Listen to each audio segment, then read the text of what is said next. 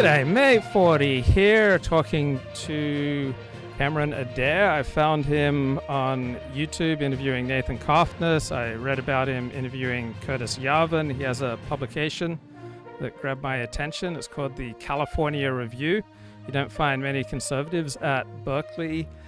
Cameron, talk to me about the California Review. When did it start and what's your role with the publication? Hi, Luke. Thanks for doing this. Yeah.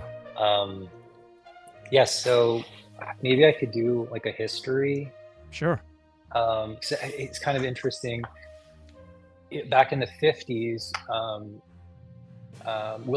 it was originally William F. Buckley who started the National Review. So it was like the Buckley Foundation started funding student nonprofit papers, and so historically over the years, you know, the NGOs that fund the papers, like the Buckley Foundation, became ISI, which then became the Collegiate Network, and they've been around for that long, for 70 years. And so there's just a long history of I guess in like leadership and student publishing and conservative nonprofits on campuses that's attached to those NGOs. And so,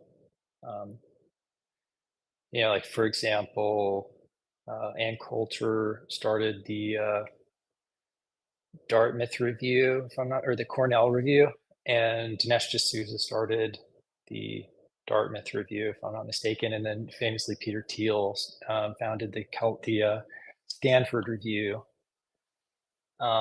when they were at those respective schools. So the one at Cal dissolved in the wake of the 2017 riots here with Milo, and I think Ann Coulter got shouted down. The school canceled her speaking here, and of course there's fires and things, and the conservative orgs sued the school. And in the wake of all that madness, I guess 8 years ago now, the one little paper here died, so I brought it back. So when did you bring it back? Last fall. And did you have previous publishing experience? No, I worked in entertainment. I played in a band in LA before coming to Berkeley, before going back to school. And I had some podcasting experience. I had an entertainment show that was that gave me some experience, but so in media, but not in publishing per se, or not in the nonprofit space at all. It's definitely not in any conservative capacity, political capacity. So out of everything you've published, what are you most proud of? Honestly, I think that we knocked it out of the park like last fall. Like I've gotten, the donors are hesitant. They can't, get involved to keep their nonprofit status. They have to not endorse, political things or coerce us in any way. But I mean, I really like we kind of killed it. The numbers that we did with Yarvin and on social media, was like, I mean, I think we did better, in a few months than some of these papers do in their entire lifetimes. So was it the Curtis Yarvin event? It was so cathartic. Yeah. Mm-hmm. The Yarvin, that was the big thing. Like I had done a bunch of stuff leading up to having a guest speaker, and that was going to be the, the grand finale of all the work last fall. And when those numbers were going up on YouTube over the Christmas break, it was really fun. And what's your role with the publication? Well, in what sense? I mean, you're the founder, you're the editor, the publisher. What's your role? Primary writer? Yeah, so basically everything. Um, I think it was a lot of social tension and you know ethical tension and build up over 2 years that had to come out, and I was very very unhappy here, and so yeah, it was. Uh, I spent not an insignificant amount, and not an insignificant amount of my own money to do a lot of it. The donors were really helpful, but yeah, I mean, it's been referred to as the Cameron Review. And at what age did you realize that you were right wing? Yeah, so I mean, it's been the last 4 or 5 years. I think that I was living in Los Angeles. I was working in entertainment, and I had dropped out of art school to pursue music, and so I didn't really have any foundational education. And so I think like when I went back to school in my 30s, and I started learning a lot of philosophy, and um, it all just sort of tracked during around the time that they were a lot of people had this experience with the racial reckoning and burning Minneapolis and Fauci and everything. It definitely um, that's my timeline. So, about 23 years ago, I embarked on a project of interviewing movie producers. And I interviewed about 120, and there was one who said something that I'll never forget. He was a relative of Jerry Bruckheimer. I think it was Randy Emmett. And when he was in college and he was studying film, he called Jerry, and Jerry gave it. He said, "I don't know whether I want to be an actor, a director, a producer, a writer." And Jerry said to him, "Life will tell you what you're good at." And so you're not 15, you're not 18, you're not a teen, you're not in your 20s. So what are some things that life has taught you that you're good at? Yeah, I found out that I think I haven't. Well, I mean, I'm not going to sit here and brag. Okay. I mean, I'm a little. I can be a little spurgy, which have a little Asperger's-y, and ooh, I mean, that's. I mean, look, I know I have an innate ability with language, so I figured that out. Probably comes from my mom. And then I also have like this really strong sort of innate moral impulse. So if I perceive injustice, um, it I can get pretty vicious. Would it Um, be easier to answer it by saying what you found you're not good at or not interested in? Gosh, well, what was Jerry good at? Was he good at film? Jerry Bruckheimer was great at Storytelling, producing movies, storytelling. telling Yeah, stories that appeal to a 100 IQ audience and making movies that earned billions of dollars. And he was able to navigate the world of drugs and sex and temptation in Hollywood without killing himself, unlike his producing partner, Don Simpson. So many people can't take drugs and huge amounts of promiscuous sex and enjoy fame without destroying themselves. Don yeah, Simpson, his partner, could not do that. Jack Nicholson is able to navigate a world of sex and drugs and excess, and it doesn't kill him.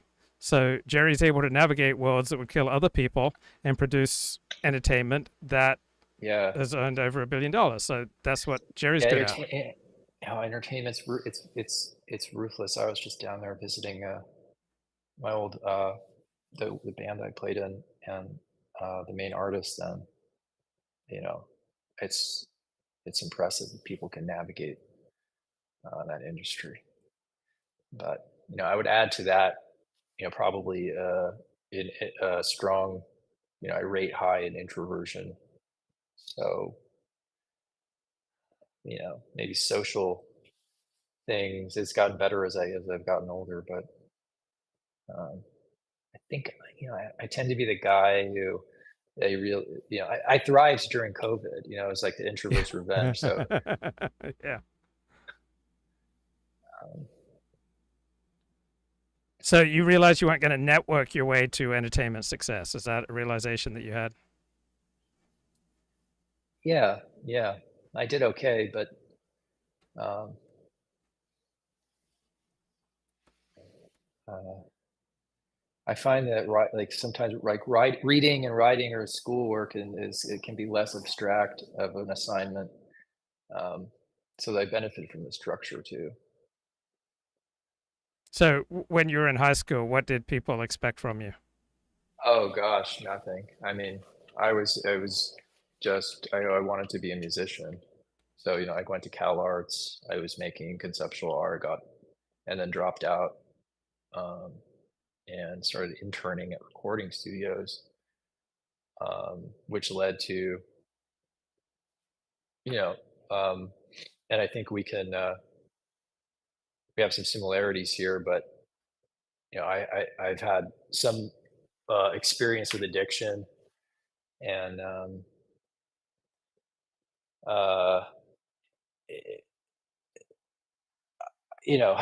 so eventually that sort of path, I feel like I peaked. I joined the recording academy, went to the Grammys, and I think it was the 40th annual. And then I was just so fed up with the struggle, went back to school. So um,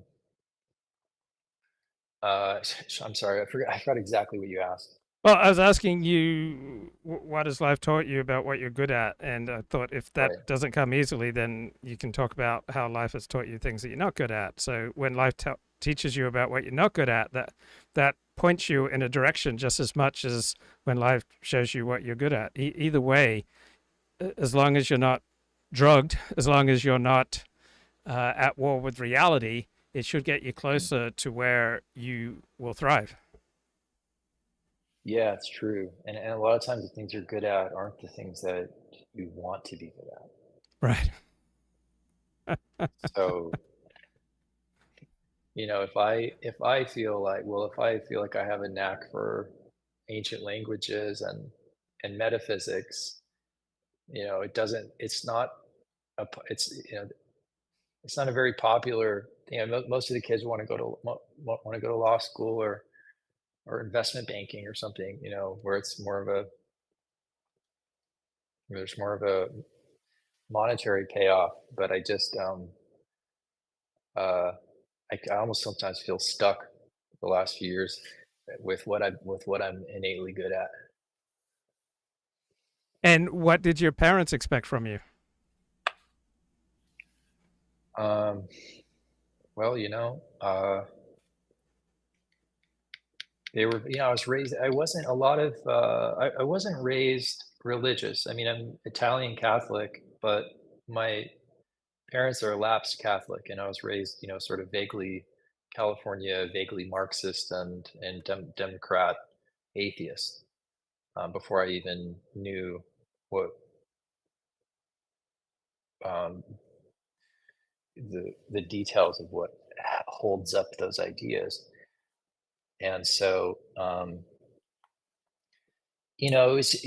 my father really pushed music, so I learned violin from a really young age, and so I played competitively on the violin, chamber groups, and would tour and stuff as a child. And it was like, uh, it was the only thing that I um, thought I was gonna do was play music, and I wasn't totally sure how, so I ended up in art school. So there wasn't a lot of structure. I see at Berkeley, coming back to competitive academics, these kids come from, a lot of times they're much more mature than I was, in my early 20s, and are not making the same mistakes I was. Um, so So there were have you not had it? Go ahead. there were not huge expectations for me or my sister. Yeah. So, did you have a teacher who particularly influenced you? A boss, a mentor, a relative? In when I went back to school, absolutely, yeah. Yeah, there's you need at least one, especially at Cal. I mean, this place would grind you into dust. You need an ally, and mhm. Yeah, I had mentors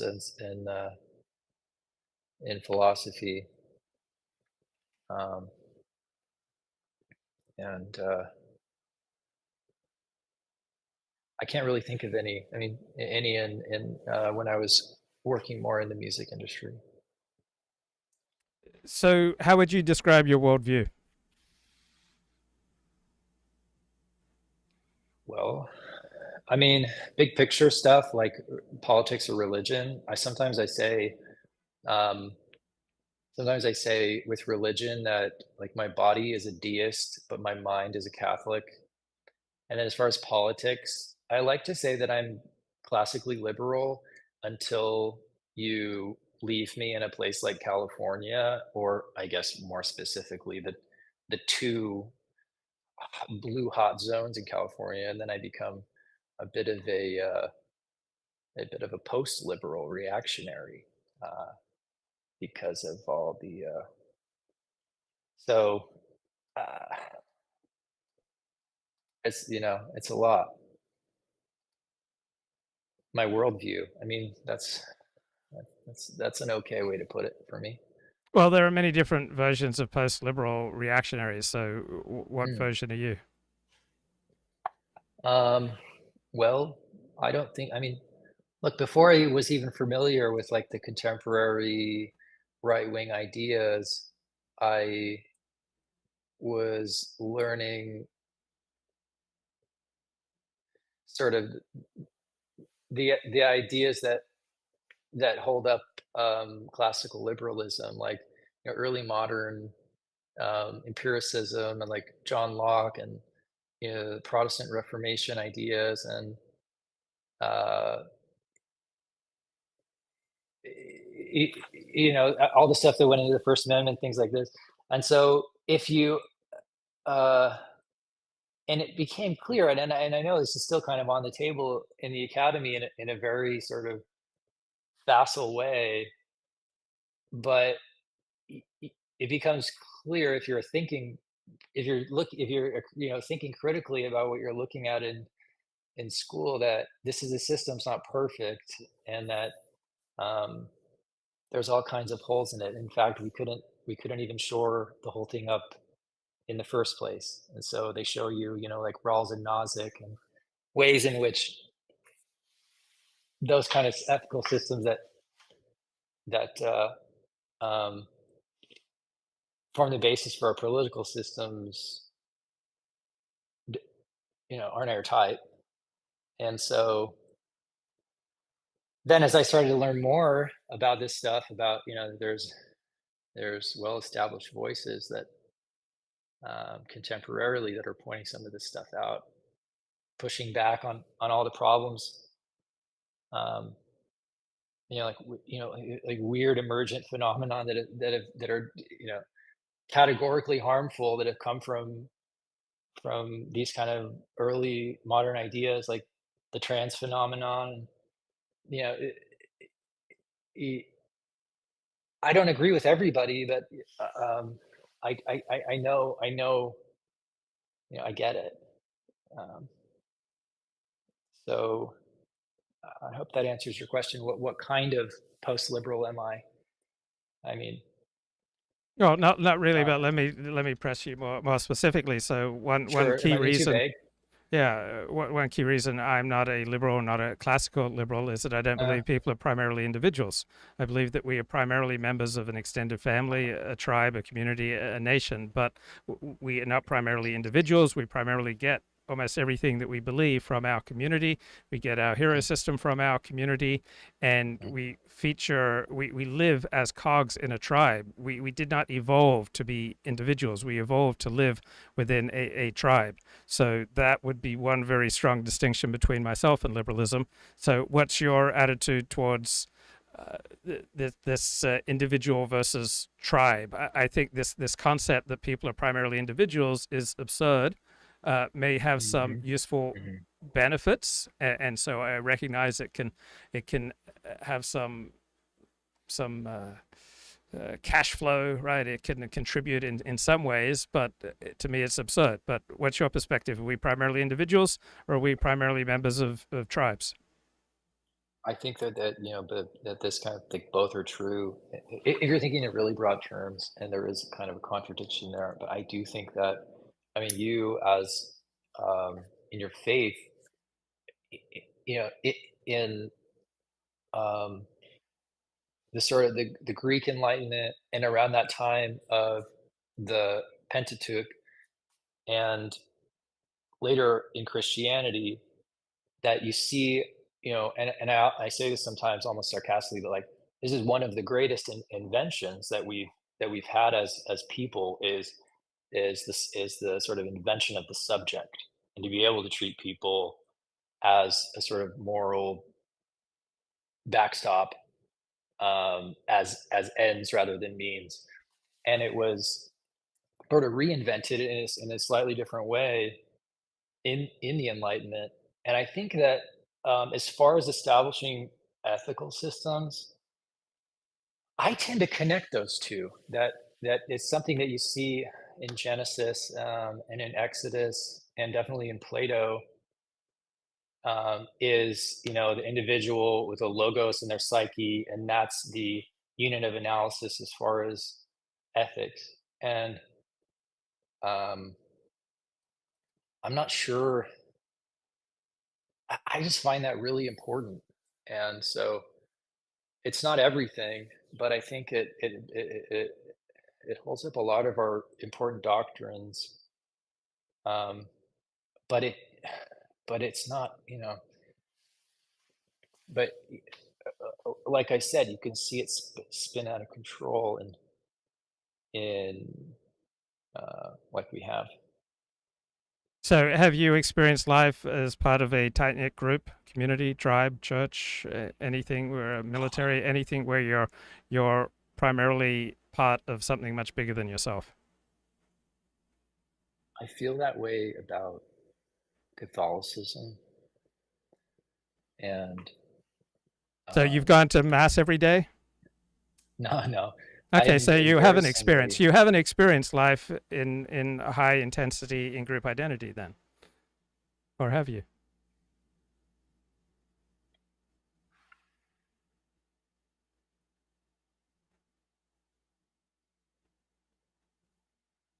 I'm not sure.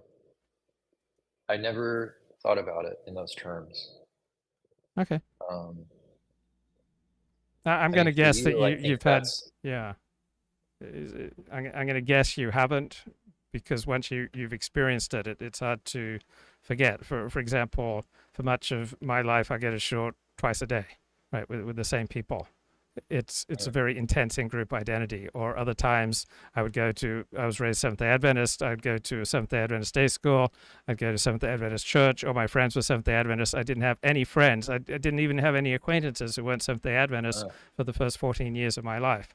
So I have primarily known intense, high demanding in group identity.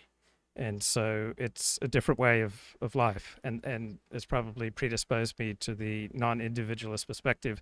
Another key area where differ from the Enlightenment is that I don't believe that people are basically good. I, I tend right. to have quite a skeptical view of human nature, and I don't believe that if we just give people more freedom, that they're just going to blossom into more and more goodness. So, what's your perspective on human nature?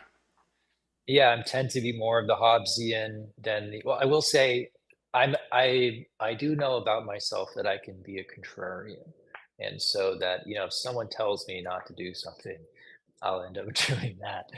And so I think that maybe, you know,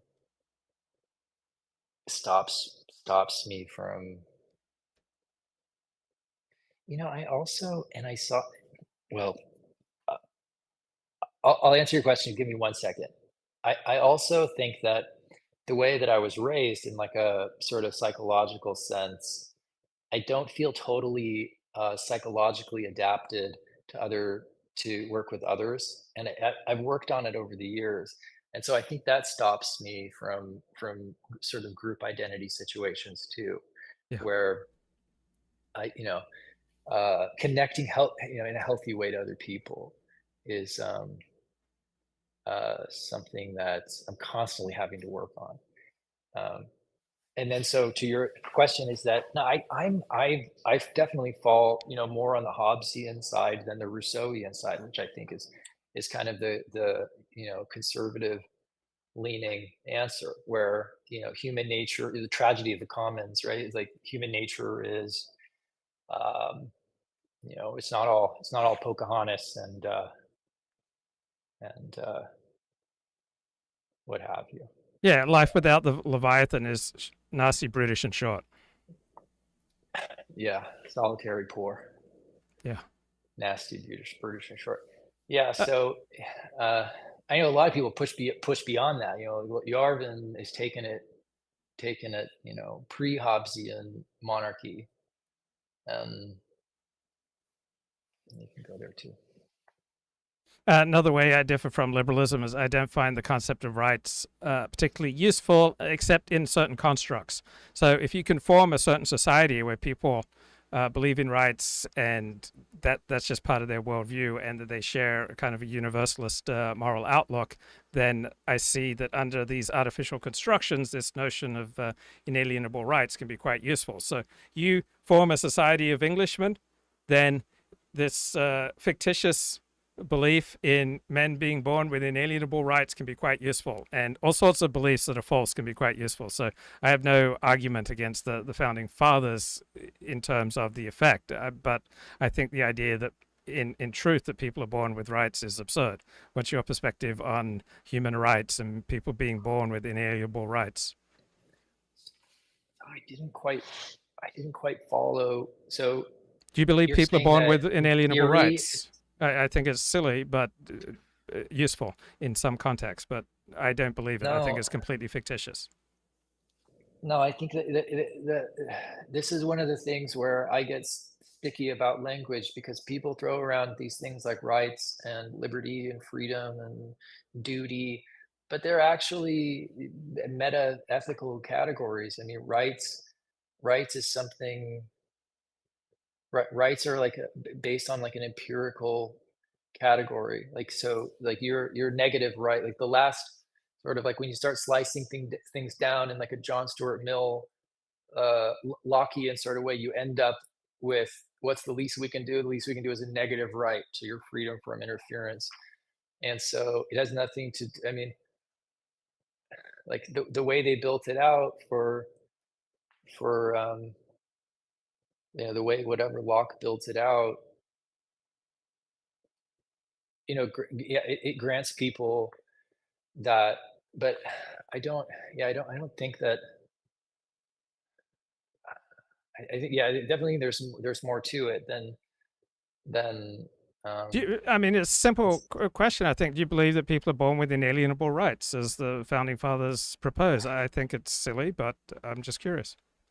well, like I wouldn't dash a baby on the rocks if I was trying to, colonize someone's country. Or maybe I would. I don't know. I don't. You know. I think if they're born in this country, they do. They do. Right, as a Uh, fact of political arrangement in this country. But someone born in darkest Africa, are they born with certain inalienable rights?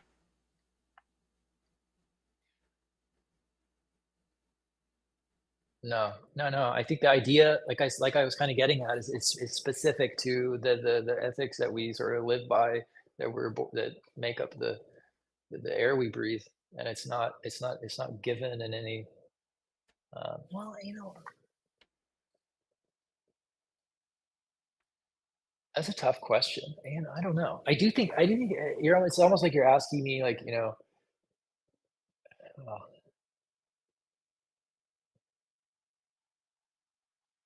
I don't know. You say inalienable rights. I hear Locke, life, liberty, property, the First Amendment, life, liberty, pursuit of happiness. And those are books to me. Right, they're So artificial constructs developed by a particular people at a particular time and space in history. They're not something that's God given unless you want to make that leap of faith, and then we're moving into the realm of faith where discussion is pointless. that's true. That's kind of what I was thinking. It's almost like you're asking me a question of faith because no, like I said before, I'm almost sarcastic when I say that these are things that we invented, even if it is, um, and it's entirely heretical. But even if it is a religion or a political doctrine, so yeah, So another way that I stand outside the Enlightenment is that I believe that right and wrong, meaning and purpose are standards that exist outside of me. They're not just something that the individual can decide or create on his own. So do you think that morality is something that the individual decides on his own, or do you believe that there is some kind of standard of right and wrong that exists outside of the individual? oh wow. See, I'm a realist, um, but I'm kind of like a provisional realist, I call it. So I mean, I do think that we have to sort of point the project in the direction of there being, I forget exactly how you put it, some kind of objective Yeah, morality. there's an objective standard of right that right and wrong exists outside of your Okay, brain. Right, they're out there, and so when you say you're realist. a realist, you're saying that morality is real, and so I believe in it. Like there's an element of a leap of faith, but whatever is good and true and beautiful exists outside of my brain. It's not just something that I can decide and create on my own. Yeah, but boy, have we tried to get there, and you can't get there, you know, which is I think a lot of times where religion comes in. But I do think that it's important not to balk at the idea.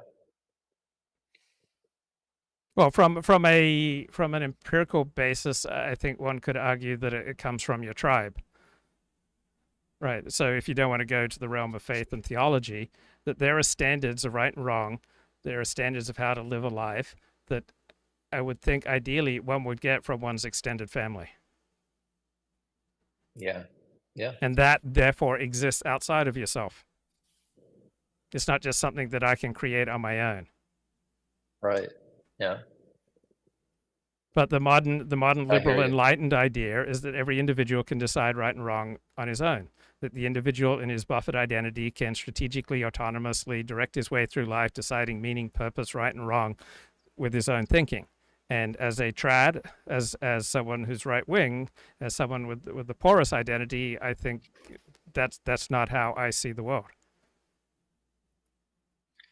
Yeah, and that's definitely one of the ways where, yeah, um, So let's say there yeah, was a there's, family. Let's say there was a family living next door to you that was engaged in completely consensual activity that you found heinous, but they were upright in all their public doings. Like to me, I would be horrified and I would feel polluted and diminished by what was going on. Even though I couldn't see it and I couldn't hear it, I just know it's going on. And so, because I feel affected by what's going on around me, because my identity is porous, I am repelled and I am diminished. And so, I don't believe that everyone can just do what they want and it doesn't affect me. yeah, it's true. It's true. Yeah, no, I totally understand that perspective. And then um, to argue the other side, I mean, in that kind of morality, you end up um, in, sort of, um, well, in the way that I think about it, it's like mimetics and heuristics and things where, you know, um, if the moral unit isn't only the individual, then you get like Marxian conflict theory and um, like Girardian sort of like mimetic violence, where the tribe has to find a scapegoat and things like that. But uh, So do you feel Uh, affected and diminished or exalted, or do you I sense that what's going on around you has a profound effect on you? absolutely do. Yeah, I absolutely do. And, I never thought about it in those terms. I mean, and Berkeley's a great example of that Right. because I'm such an outlier here. Yeah. So for example, uh, let's say that there was a same-sex couple living next door to me, and they're wonderful, wonderful people.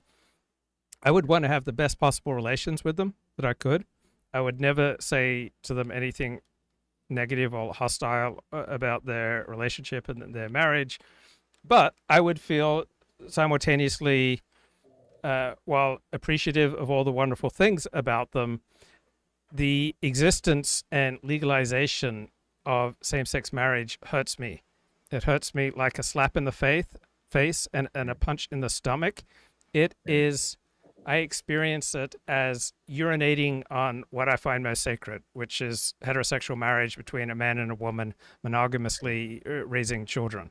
And it is, I feel it as an abomination. Now, I feel zero desire to try to hurt people who believe in same-sex marriage. I'm not going out and being a jerk. I would want to have great relations with people who have a same-sex marriage partner. I wouldn't bully them, but it hurts me because I have a different hero system. I believe in heterosexual, monogamous, married couples raising kids. And so I'm just curious, does the existence of the legalization of same-sex marriage have no effect on you? Does it have a positive effect on you, a negative effect on you? How do you feel about that? Oh, it's really interesting. I mean, yeah. Well, I think I spend the most time trying to figure out how to, make myself consistent with the things I believe in first. And so, um, I think part of me thinks, well, like, okay, it took a lot of, it took 14 units of ancient Greek at Berkeley for me to come around to Catholicism, and so, um, eh, I- if I, uh,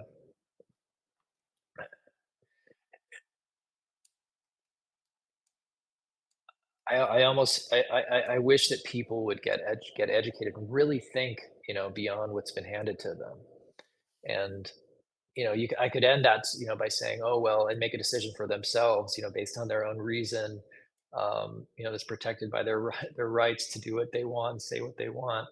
But also, maybe there's more to the question than that. Maybe so. I don't know. I mean, I figure someone like that, like I understand how like a trad cath, or I have a lot of reverence and sympathy for like Latin mass and these things, but like and the meaning of marriage, which is like uh I think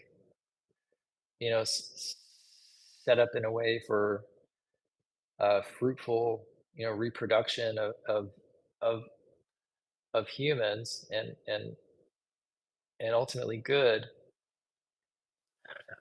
I'm not sure. I have a hard time with that. I also don't have a dog in the fight. I don't know anyone who really. It doesn't bother me that way. It did that way. But So, are there any practices that are legal such a and balance. consensual among adults that bother you? Diminish your happiness? Make you repelled?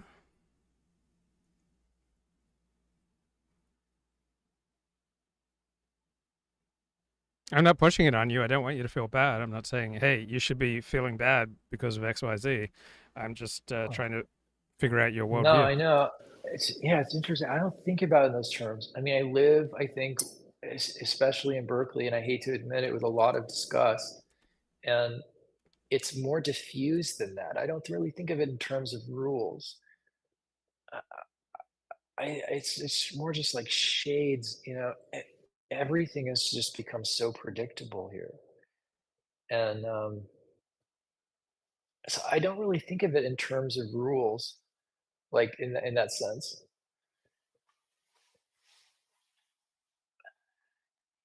So, what did you take away? How did you learn or grow? How were you affected by your discussion with Curtis Yarvin, your reading of Curtis Yarvin? Well, I think. No, give me one moment. I'm beginning to think after. I mean, first of all, he's the nicest guy. He's the menschiest mold bug, and he and his wife were so kind. And um, yeah, after meeting, after kind of being thrust into that world, I'm kind of figuring out now that a vote for Curtis isn't necessarily a vote for everything he wrote or everything he purports to believe in, but a lot of it is just a vote for somebody who's been pushed around by the left. And so I think, in a way, I was so defensive last fall because I mean it's an abusive place, Berkeley. It can be, and so I think I really had my guard up to everybody. Um, but um, yeah, I think.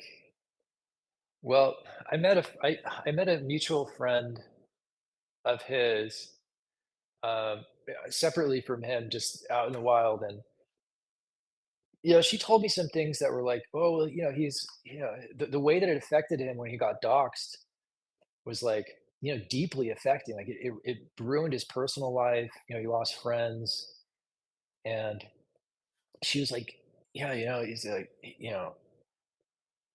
it was really upsetting. That really made me think it different because, I had been used to sort of years of, analyzing arguments and analyzing metaphysics and language. But I don't think it's really about that necessarily all the time. And so I think even recently, I began to think about um, Yarvin's work differently in that sense. Wait, I don't understand. Give me some takeaways. How has he affected you? Um,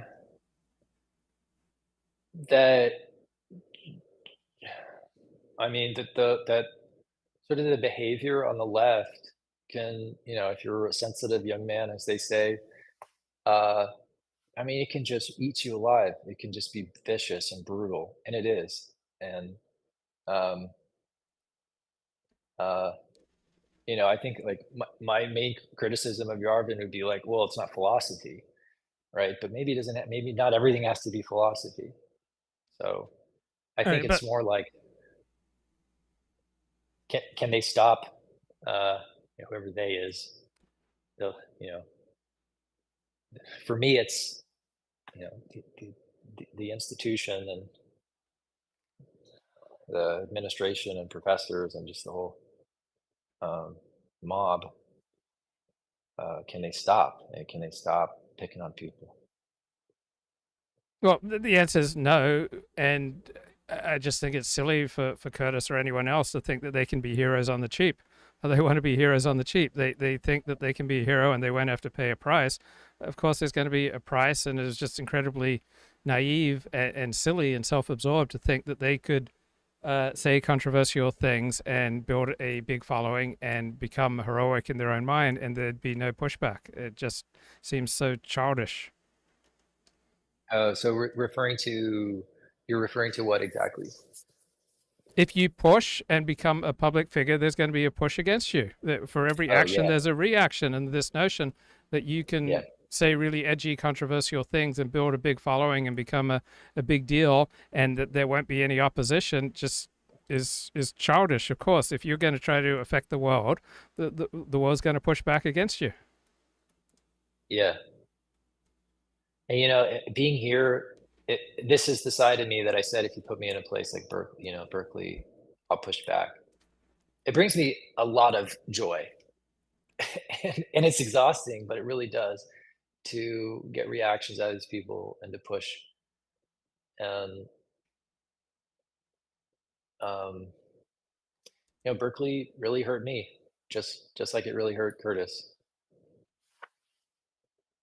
And part of the review was making sure that that doesn't happen to anyone else.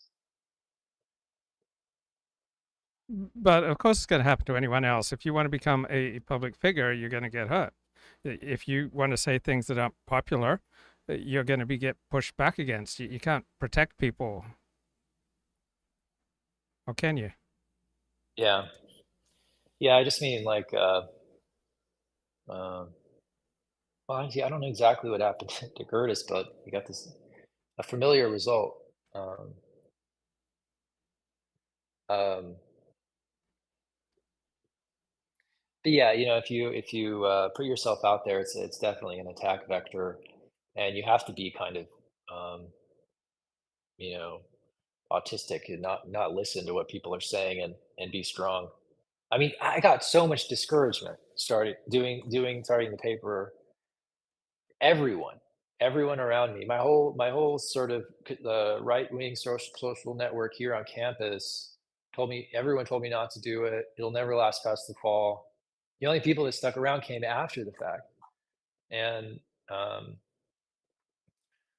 uh, so yeah, I have a lot of respect for him and the shit that he's taken. So there's a independent scholar by the name of Michael Woodley who went and changed his name to Michael Woodley of Meany.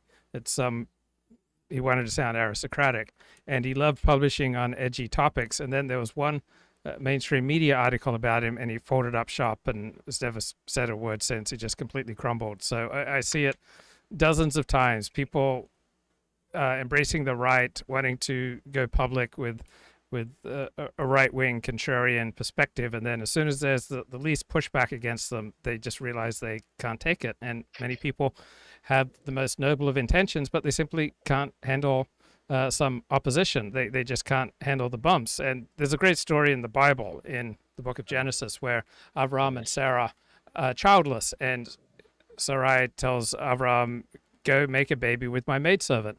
And so Avram does what he's told, and then Sarah can't handle it, and she just makes life absolutely miserable for that maidservant. So people often have noble intentions, but then as soon as they encounter a little bit of pushback, they just collapse and fall apart. So how much pushback, how much opposition, how much scrutiny are you going to be able to handle without losing your mind? What's the story again? Uh, Well, there's a simple what's on? question: how much pushback, how much scrutiny, how much opposition can No, you handle without losing your mind? I know. I just was clarifying what specific story in Genesis. I wish In you would. Genesis, You just kind of went past it quickly. Avram and Sarah cannot have a baby, and so God tells them that you're going to have children, and so Sarah eventually tells Avram, "Go have a baby with my maidservant." Mm. And so Avram does what he's told. He goes. It's Genesis chapter 16, and so with Sarai's servant is Hagar, and so Avram makes her pregnant, and then Sarah loses her mind. She can't handle it, and she drives Hagar and her baby son out into the wilderness. I mean, she's absolutely vicious. So Avram did what he was told. Then Sarai loses her mind at Avram, at Hagar, and probably at herself as well. But it just embodies this all too common phenomenon, particularly on the right, where people have these noble intentions, but then as soon as there's a little bit of pushback, they just close up shop and go away with a whimper. So the question was, how much opposition, how much scrutiny, how much pushback can you handle without losing your mind? Yeah, that's a good question. I mean, like it's Mordor here. Um, I think, yeah, the donor has been really encouraging because they've been doing this longer than I've been alive. I mean, and they've they very quietly give you opportunities, and they make it so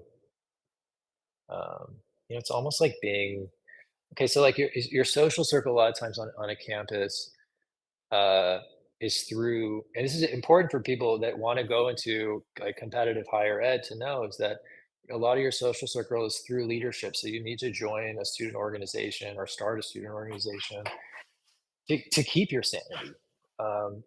And if you're conservative, there's a long tradition of like a support group, which means, uh, you know, a partner, whether you're a man or a woman. It could mean jobs. And I think if you and then for that reason, a lot of conservative people get out of the academy. They go into law or the military because it's the only way to get away from it. But um, I know at Cal, there is there is hope. There are other conservative students out there. I wouldn't say the same thing about the professorship at the undergraduate level, but um, if it weren't for leadership here, I would have lost my mind. I mean, I would have crashed. I wouldn't have made it. But ISI, they flew me to conferences, and Teal invited me to his house last February, and it was just like a total vote of confidence that makes you realize that there's a world outside of Mordor. What So Mordor is that? What's that from? Is that Lord of the Rings? I'm not a big Lord of the Rings nerd, but yeah, it's like Okay, the bad place. big What's bad ISI? place. What does that stand for? So that's the big NGO that funds a lot of these student papers. The um, Intercollegiate Studies Institute. Oh, okay. Intercollegiate Studies Institute. Okay. So Okay. if you're a young, sort of ambitious, literate student on a college campus, um, send them an email. I've had people that Caden is a good example. He sent us some of his writing from Cornell from across the country, and then some of the outreach people from ISI and the other um, conservative NGOs reached out to him and invited him to um, some of their events. So um,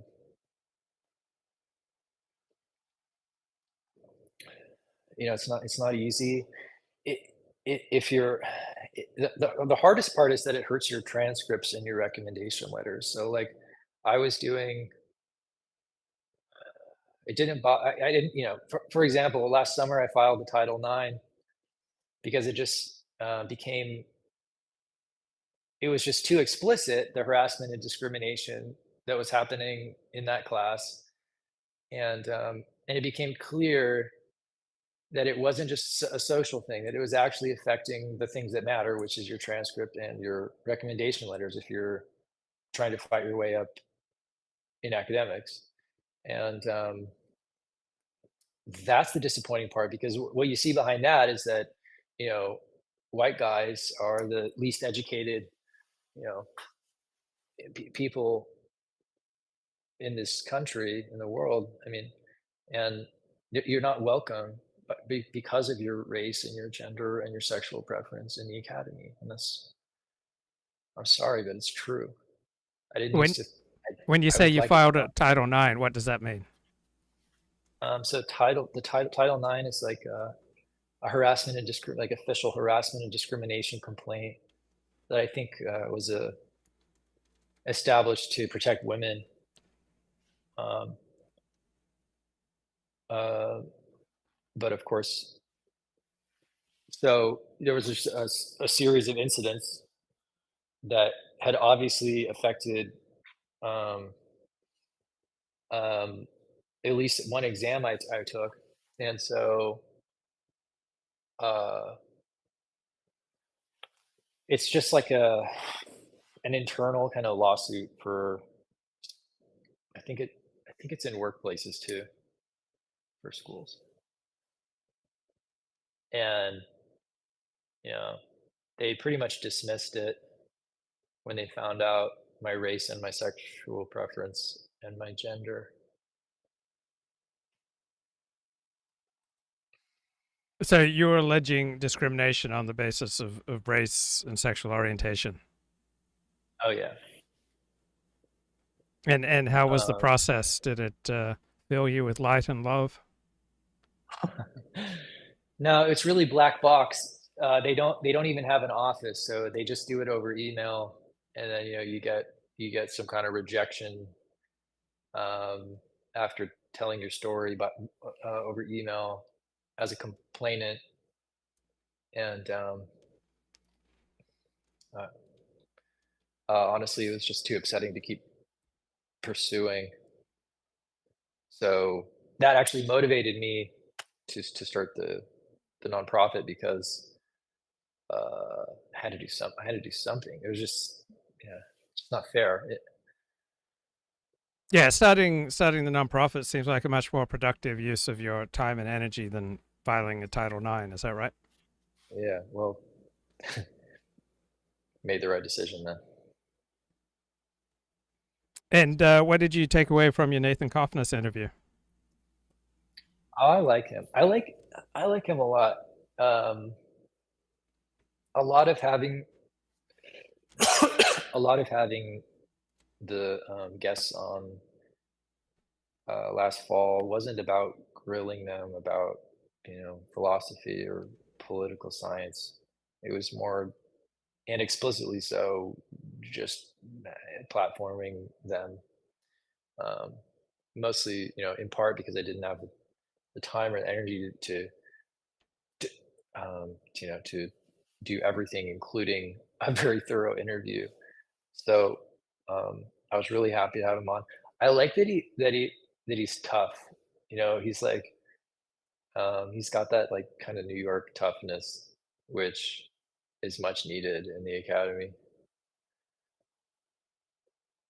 So you wrote on Twitter, while Nathan was scheduled to speak with the review prior to the recent public refutations by his interlocutor, BAP, Bronze Age pervert, uh, I don't think you meant the word refutation. I thought you meant rejoinder. I mean, he didn't refute anything because Bronze Age pervert, I've forgotten the name of the real guy, has zero expertise in the area that he was opining on. I mean, surely you didn't mean to use the word refutation. You meant rebut. Rebut and refute are very different things. Refutation means that you've proven the other person wrong. Rebut is that you made an argument against him. Sure. So Nathan had made some right. So BAP had written that paper about the dork right. That was a rejoinder to one of Nathan's published articles. Is that correct? Mm-hmm. But it certainly didn't Yeah. refute it, right? Refute means to prove that the other party's wrong and incorrect. To rejoin or to rebut means to offer a dissenting point of view. Yeah. I mean, I tend to find these kind of like Twitter fights to be fairly intellectually unserious.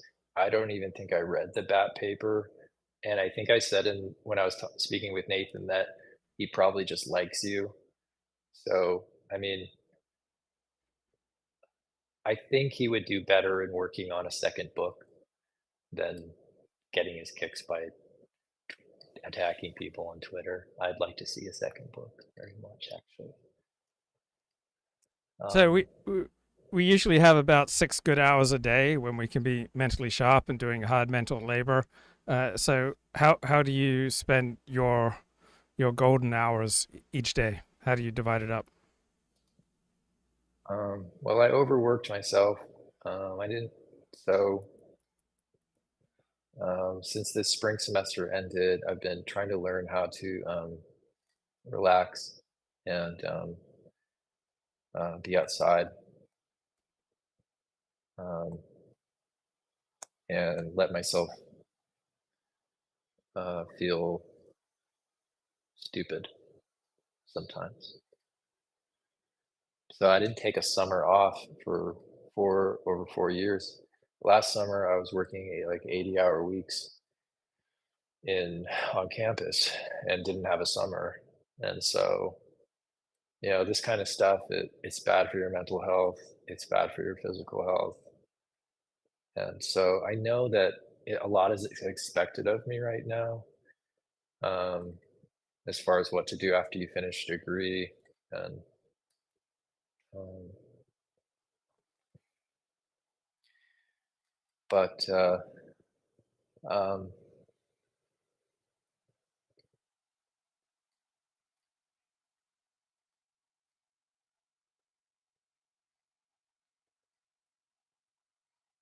So you have 6 good hours a yes, day where you can accomplish something intellectually, and you're saying mhm. you're not doing anything.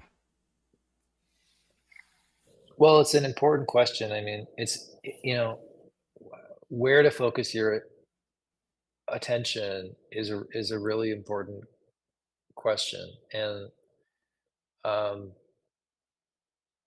I'm I spend a lot of I spend a lot of time thinking about what to do next.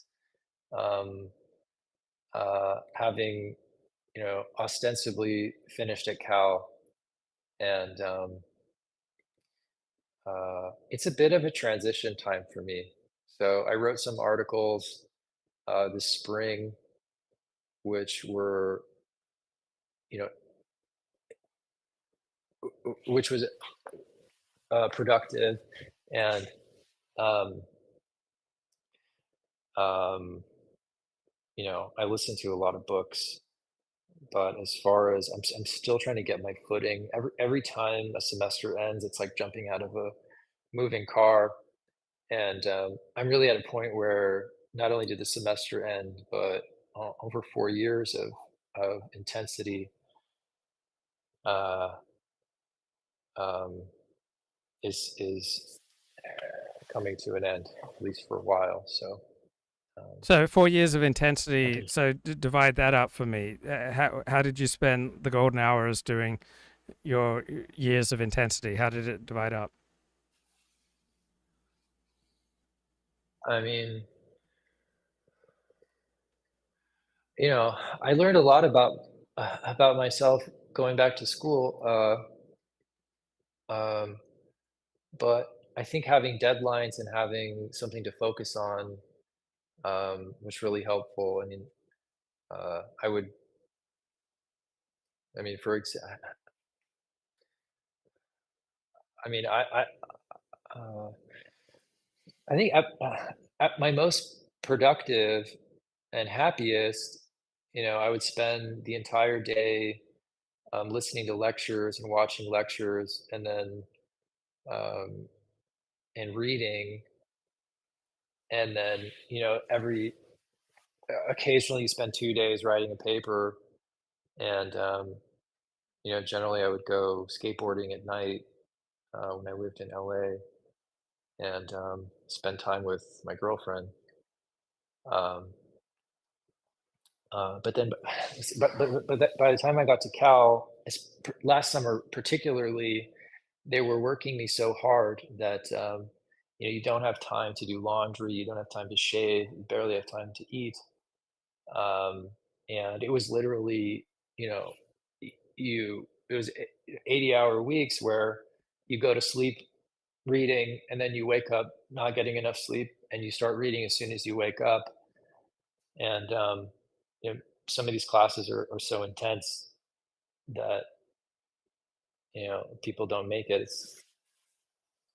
Um, I mean, I last summer I did what's called the Greek workshop at Cal, which is in the uh, there's two of these classes that have been around for um, I mean, 50, I want to say 50 years since the 60s or 70s. There's one at City University, New York, and there's one at here. And it's basically like special ops level academics where you do 10 units in 10 weeks. Um, of language, and a lot of people, a lot of people fly home after a week or two because they can't handle it. And so I read so much that I damaged my eye, and I had to get glasses.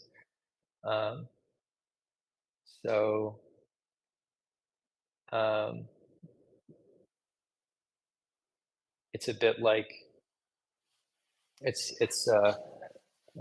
you know uh, yeah, it's a bit like you hear stories of people that get into investment banking or something, and they realize, like Peter Thiel says, they're uh, as hard as they're trying to get in, they're trying just as hard to get out because it's just so competitive and miserable. Well, you mentioned 80-hour weeks, but you really can't do much more than 6 hours of intellectual labor a day. So, what comprised your 80-hour weeks?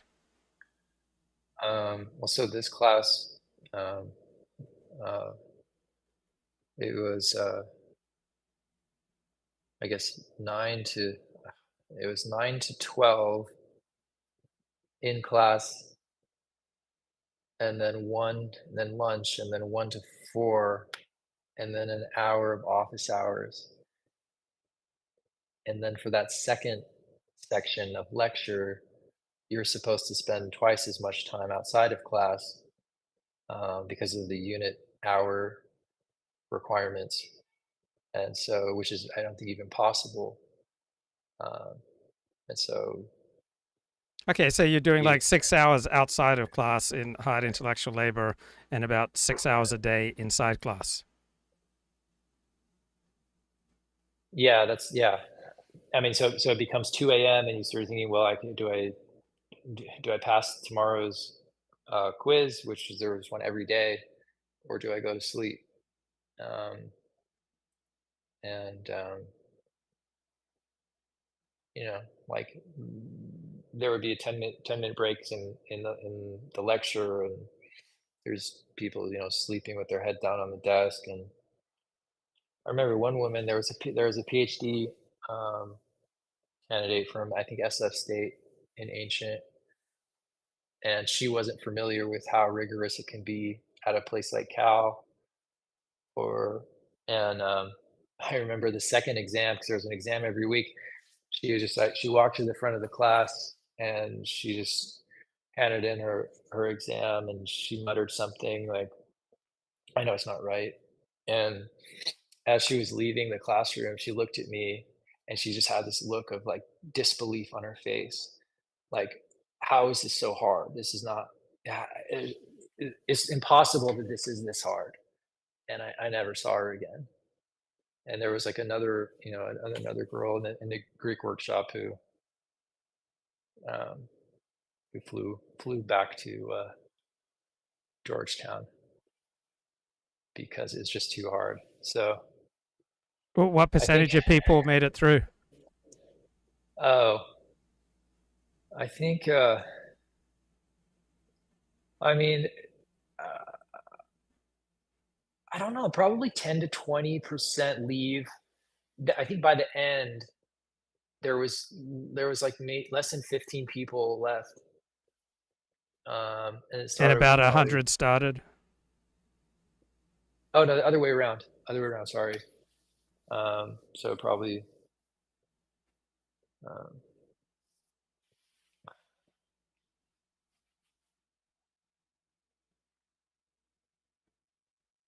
yeah, I'd say like maybe yeah, probably like, I don't know. I would say, yeah, 1 in 10, 2 in 10 leave. Uh, So 90% of them make it. in a class like yeah, Greek 15, they stick around. They didn't necessarily get an A.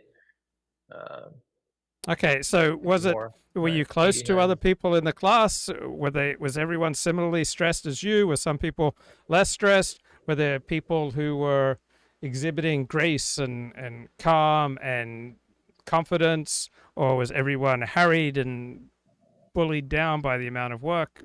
What was going on with your classmates? I don't know. Um, I think a lot of people, uh, Yeah, you don't make friends, especially if you're straight and white. There was like a trans person in there and gay dude. I don't know if there were any.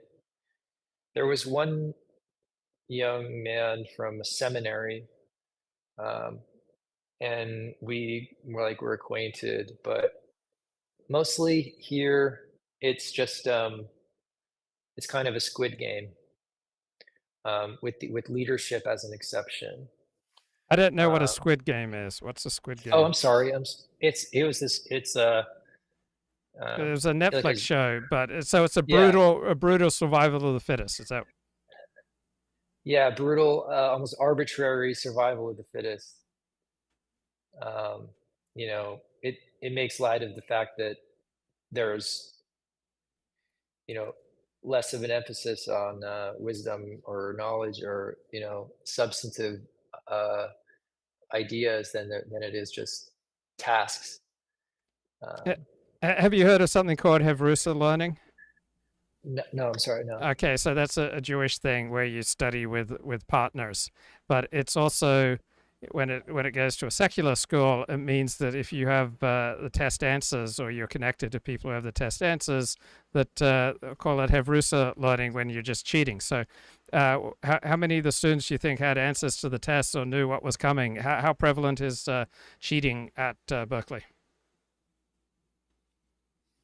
I don't know that it's possible. I mean, with the advent of a chat GPT and stuff, they started doing in person. You had to take your exams by hand in person. Um, So you don't think so some people knew the questions that were coming because they were I don't connected think to it's people who'd taken the class previously? no. I think if someone took the class previously, at best case, they could point you in the right direction as far as resources. Like I remember I was very lucky for that class, get a specific software called Verbum, that is supposed to be a Bible reading software. So stuff like that, but or they sure you share notes. But I think mostly if you're just really good at following directions, like a lot of these kids, like a lot of them, these Chinese kids, like they'll sit on during the lecture. I'm there taking notes by hand, or at least I started out for the first year doing that as I gave it up because they just sit there. They're on WeChat, like looking at pictures of food. It's always food on their laptops, and then they'll look up and ask like some inane question to get their participation points. Then they'll go back to looking at pictures of Chinese food, and I think most of those kids get A's. If you have an opinion or like you read the material beforehand, so and you didn't have an anti-realist, anti-essentialist skeptic's view of it, that's where you get into trouble. And that's where you're going to be more work uh, for that woke professor than the little Chinese girl, and they're not going to like that. But I mean, how do they get A's if they're not paying attention in class? They just don't care. I think that you can just game it if you don't care. If you're just entirely mercenary, um, you can just sort of game it. Uh, Yeah, um, there's a in the popular imagination, there's one group who's most focused on is this going to be on the test. So if you have a student who's just doing a ton of work because he simply loves the topic, overwhelmingly this is going to be a white man. For everyone else, it's just a careerist ticking boxes and just yeah, a mercenary approach to education. yeah, and what sucks, and it's like the truth is, and it's not nice to say, but like if at least in philosophy for me, if the thing that's keeping you know the atlas, as it were. You know, the thing that's keeping the Earth rotating on its axis is you need to leave a man alone with those books and leave him the fuck alone. And that's like the one thing they fail to do. You know, they don't want us here. So So one thing that jumped out at me when I was at UCLA is that the white and Asian kids came in with like 4.3 GPAs, and the black and Latino kids on average had something like 3 GPA 3.0, and so they'd have to take the easiest majors. They weren't taking biochem and the like.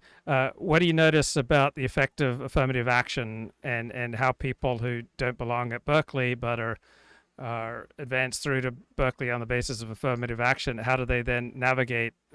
Do they just focus on the easier classes where the professors are just going to pass them through no matter how poor their level of performance?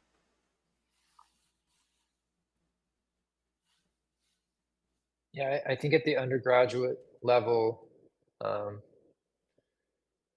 yeah, you can get away with it.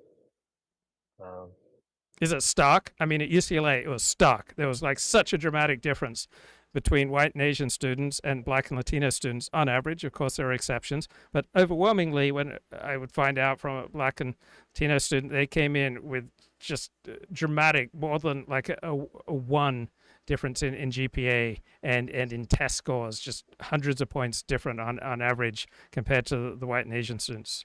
Is it yeah. a stark differential at Berkeley? Well, I don't know the other, I only know my friends' GPAs, but insofar as that's you know, an accurate indicator of something, um, I'm guessing there wouldn't be a lot of affirmative I action students in philosophy.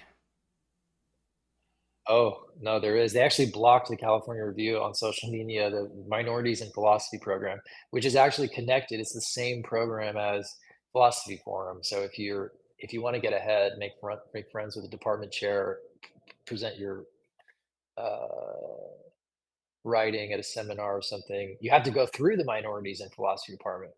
In fact, the American Philosophical Association is actively, sorry, Sally Hasslinger, one of these raging, bald-headed, barren women in the humanities departments.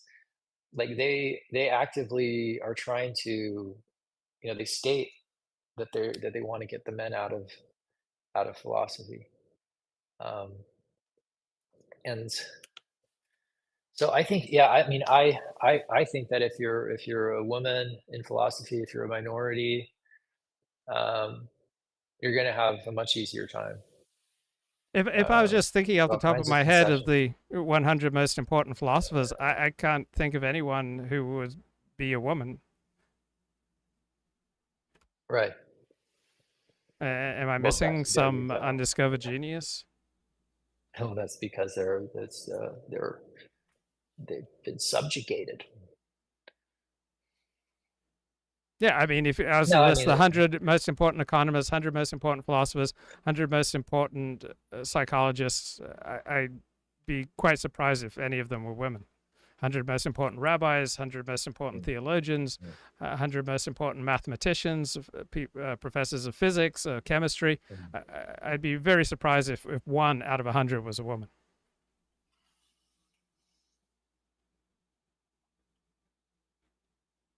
well, whether that's a reflection of something innate, I think that it is. Um, you could make a psychological argument. You could make but yeah, I'm a big fan of Christina Hoff Sommers, and uh, um, gosh, what's her name? It doesn't matter. Let me just move Yeah, on. doesn't So matter. I notice as just a social fact, women overwhelmingly color in the lines, right? They follow directions. They tell the teacher what the teacher wants to hear. Men tend to be much more adventurous, and so men are much more likely to get penalized, and they're much less likely to play the role of lapdog. Uh, do you notice Yeah. these differences at Berkeley too?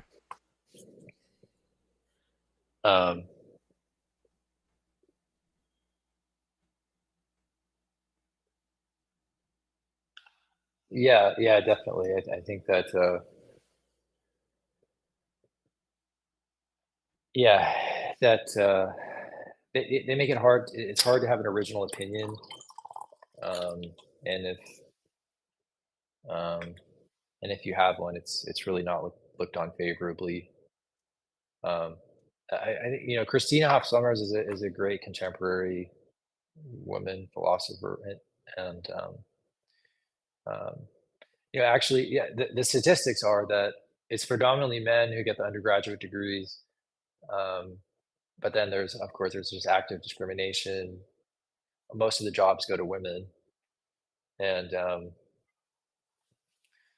uh,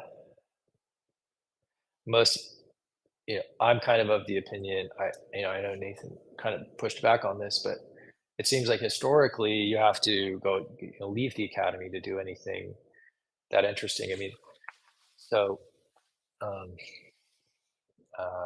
yeah, I'm sorry, I forgot exactly what you asked.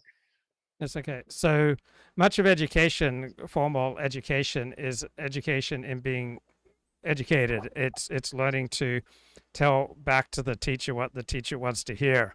It's a socialization exercise. So how would you divide it up? So I would look at an elite university education as being at least just one third is just pure socialization, and how would you assess it?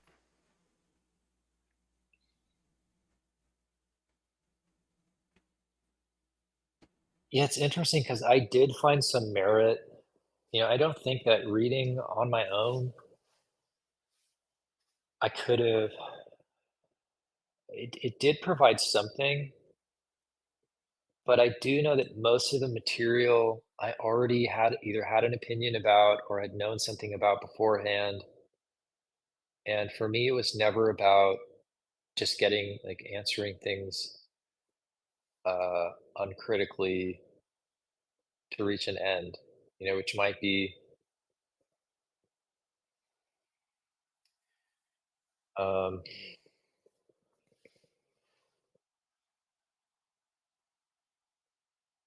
Well, some of it's playing the game, and some of it's real learning. So how would you assess? How would you divide it up? interesting. I don't know. I think I really hit a sweet spot because half of the last 5 years were remote. So 2 years I spent just through Zoom being left alone with the material. And so I did also feel like at Berkeley it's surprisingly less rigorous, at least um, than you would expect. Like for example, to get like even in STEM, to get a computer science degree, uh, to get an associate's, say from Los Angeles City College, you have to take a year of calculus, a year of physics, and at a place like Cal, you don't need any of that. You can get a minor in computer science um, uh, with much less rigor. And so I was kind of disappointed in the fact that it's another example of this. Yeah, that is just that there is kind of a baby city, you know, marching orders part to it, um, which I think is connected to the fact that a lot of the professorship and is hangs on prestige, and so if you get professors that are, they're fairly brittle intellectually. I mean, their main concern is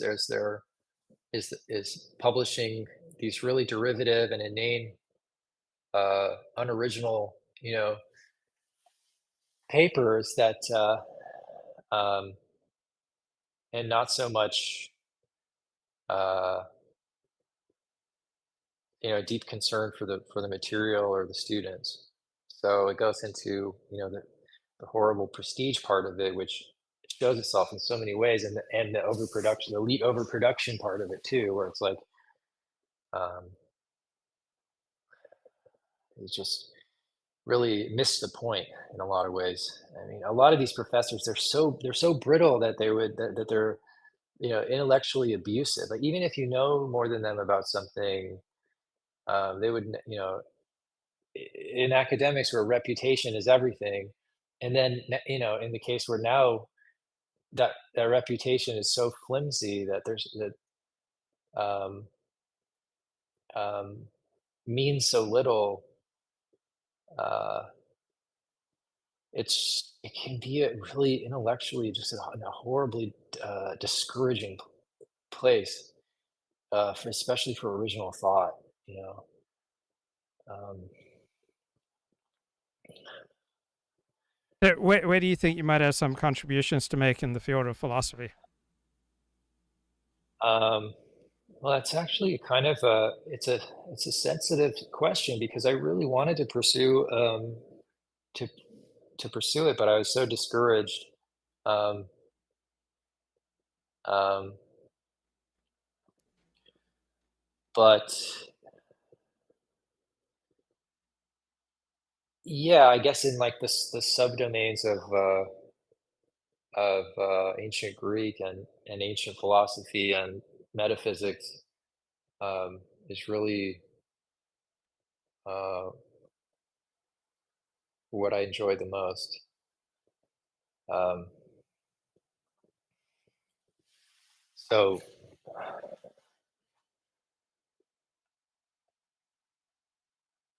um, but I'm learning now that even if I feel like I'm abandoning something, I don't think it's going to go away. I think if I check in later in life, it'll still be there. You've mentioned having several mentors. What's some of the best advice that you've received?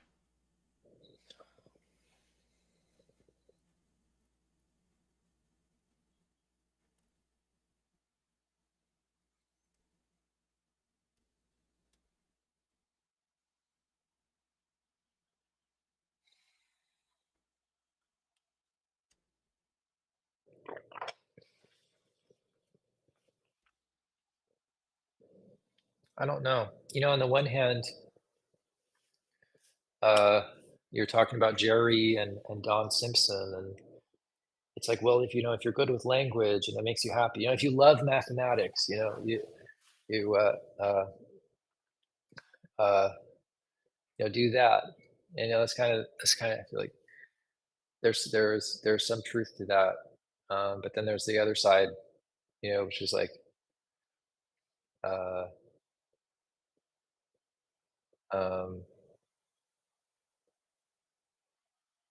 especially in competitive academics where everyone's looking for the higher earning path. And so I've gotten some good advice to both of those ends. Um, Teal, has been influential on me, and one professor here, uh, John Ferrari, um, has been encouraging in an otherwise discouraging place. What And about Berkeley is discouraging?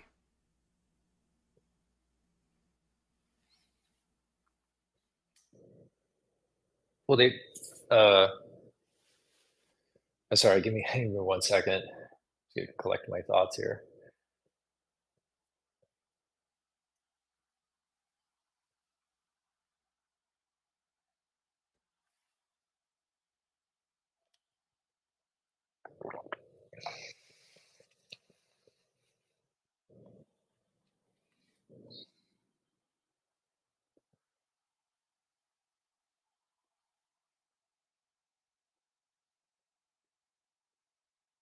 Yeah, I think well, I'm not sure if I'm going to put this perfectly, but obviously, if you're conservative minded, unfortunately, if you're the wrong race, gender, or sexual preference, if you have ideas that go against the status quo, it's just going to be, if not explicit harassment, discrimination, it's going to be death by a thousand cuts, and it's horribly it can be horribly demoralizing, especially, I love philosophy, and I don't love Microsoft Excel that much, but um, uh,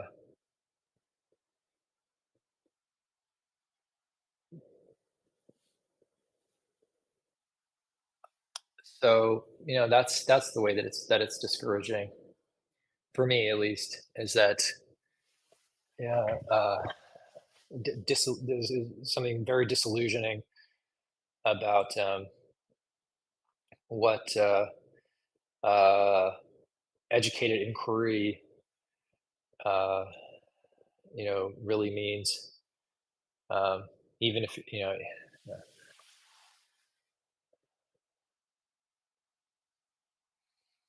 um,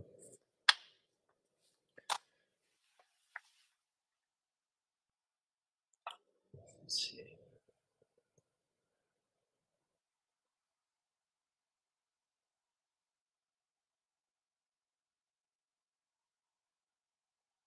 Okay, Cameron, I'm going to run off. Thanks for your time. Appreciate you talking to me. Yeah, thanks, Luke. um,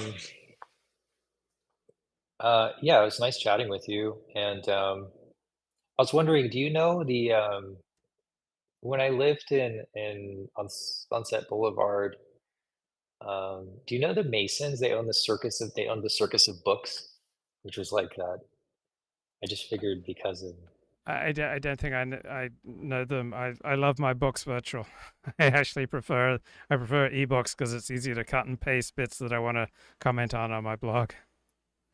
Oh, well, there's a Jewish family in LA who famously owned this like sort of porn two porn bookshops in Silver Lake and on the west side. And I Oh, just thought, what were their full names? oh gosh, Barry and Karen Mason.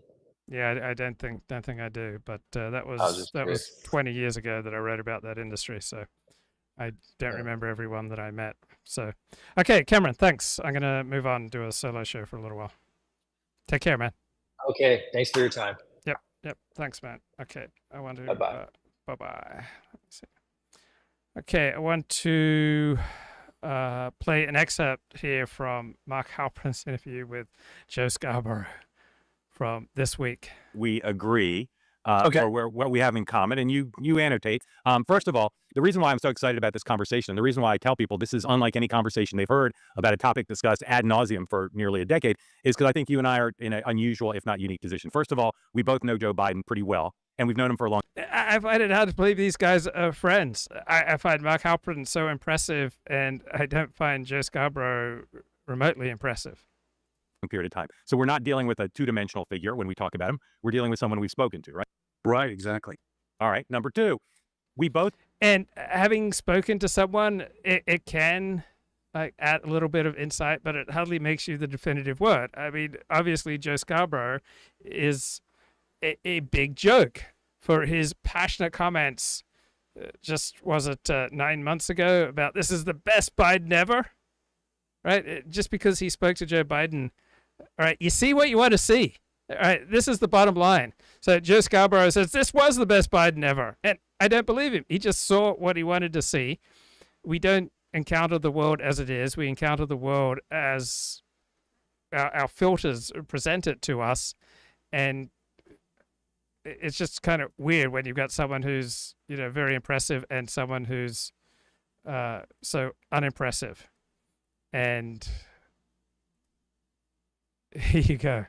Kind of blows my mind. Believe that Joe Biden, to this day, has good days and bad days. And so the right-wing caricature that says he's weekend at Bernie's, not in charge of the government when he was president, is not true. And from the State of the Union address he gave. And I never bought into someone else was the shadowy figure behind the scenes who was running the government, because pretty much all the major decisions of the Biden administration were completely in line with what you would expect from Joe Biden, who always placed himself in the center of the Democratic Party. When the Democratic Party moved left, Joe Biden moved left with it. But the left-wing defense said, oh, he's perfectly fine. Also not true. Then we're open to data on this, correct? Right. Yeah. Correct. And I'd love to get into that.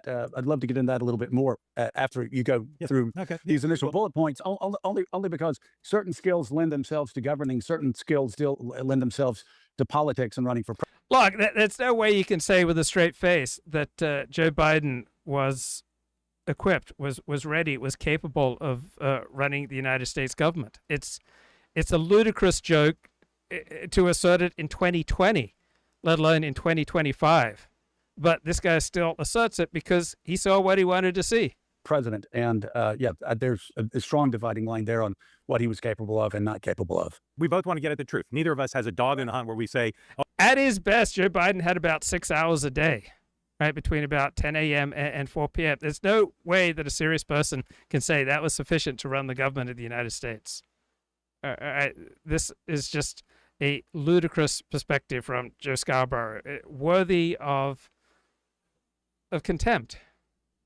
Oh no, I don't want data that conflicts with my view that Biden can't think or Biden is perfect, right? Right, and just so people know, as you're going, Joe Scarborough only saw what he wanted to see, just like most people only see what they wanted to see. But his blinkered vision was so ridiculous that he deserves to be a figure of contempt. Through all this, this is literally something that we have talked about, I think, every day since 2019. When one day I would express more concern, one day you would express more concern, and an ongoing debate going. So from 2017, it was obvious that Joe Biden was senile. How much concern was Joe Scarborough expressing about Joe Biden's obvious senility from 2017 on? I don't remember him expressing much concern about Joe Biden's obvious incapacity, senility, mental unfitness, physical unfitness, did not deserve to be in the presidency because he simply wasn't up to the job. Going into 2020, is he really going to run? Going all the way back and throughout 2022, 23, 24. Yeah, it is just so. So when you say we've talked about this isn't like once every 3 weeks. This has been a running obsession on the state of whether he's going to run, whether he's capable of running. Right. And most people in the media or commentators, you'd look at them and you'd say, well, that person is dug in on the Biden's fine point of view, or that person's dug in the Biden is weakened at Bernie's point of view. Yeah. And I can tell everybody from the conversations that you and I have had, we're not in those camps. We're in the let's figure out what's going on school, right? Yeah, exactly. And you're going to play, I'm sure, the Biden at his best clip in a little bit. That came after I spent 2.5, 3 hours with him. So yeah, so much of it is based on observation. And then of course, you see a debate and you're like, well, no, maybe not. So yeah, but you're right though. But it would sort of go back and forth between us over the past 5, 6 years on this. Right. Now, I'm going to tell my story briefly and my narrative starting in 2017 through the present day. And then I want to hear yours about how you connected to this question. All right. So 2017, I've told this story before. I saw Joe Biden do a book tour event. The moderator was Atul Gawande, a doctor, a very friendly guy. Joe Biden speaking to a big auditorium. And it was a disaster. And it was exactly what we saw later. He was glassy-eyed, had trouble following the conversation. I can't find video of that event anywhere on the internet. I'm a little suspicious about that. Elsewhere, though, on that tour, because I went and looked at the book tour again, 2017, he was fine. Again, good days and bad days. But the bad day that I saw, and it was an evening event, made me worried and say, he's never going to run for anything ever again. He's got a big problem. You didn't see anything till 2019, correct? Yeah, I will say also, I think in 2017, well, I'll tell you, I had talked about Bo's death on the show and had talked about that extraordinary speech that Bobby Kennedy gave after the death of Martin Luther King. And he talked about the awful grace of God. And I spoke about Bo that way, the awful grace of God, drip by drip, until we understand actually the mercy.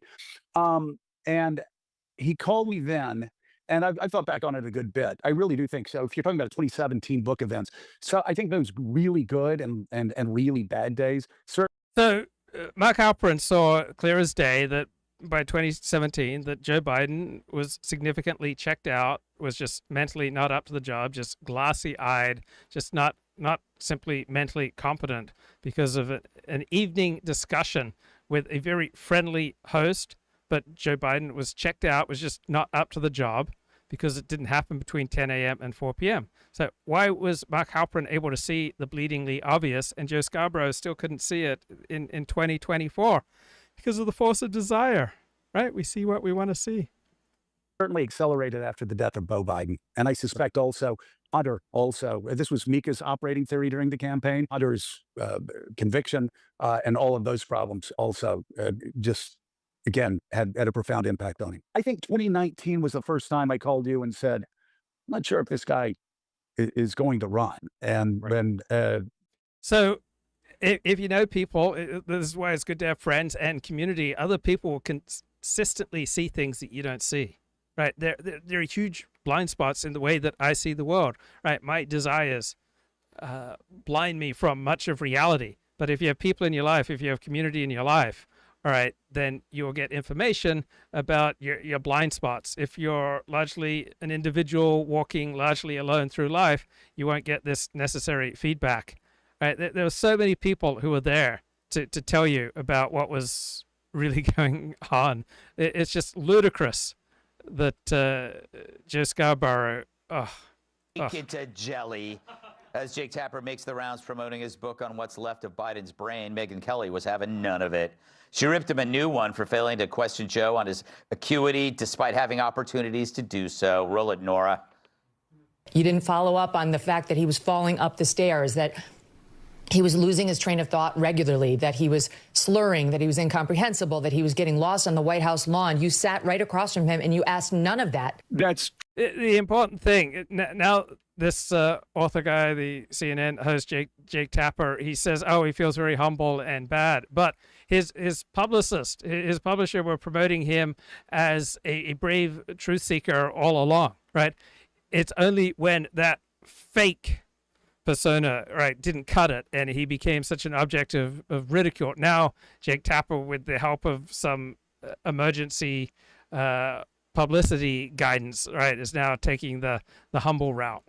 True, but I did ask him about his age and the fact that the American people had concluded that even though he said whenever anybody brought up the subject of his age, watch me. And I said, yes, they're watching you and they are concerned that you were too old for this job. There is a way of pressing a man like that on the actual infirmities to bring it home to him and to the audience. And Jake Tapper pressed the points he wanted to press, and he sucked on the points that he wanted to suck. Right? This reflects his view of the world. Right? He was blind to the bleedingly obvious, just like Joe Scarborough. And he would be able to get away with it, except that people have the goods on how deceitful he's been and how unimpressive he's been. And so when other people have the goods on you, then it pays, with the help of good publicists, to adopt the humble attitude that he is only now taking because no other attitude is possible for him. Right? He had to be beaten into this humble attitude. You didn't do it. That's correct. I didn't. Ouch. I guess that's, we should applaud him for admitting that he sucks at his job. I don't know. More, please. You covered the Biden presidency aggressively throughout the 4 years, and you didn't cover mental acuity hardly at all. I mean, time and time again, when issues came up, you seem to be running cover for the... Mental acuity is such an unnatural term.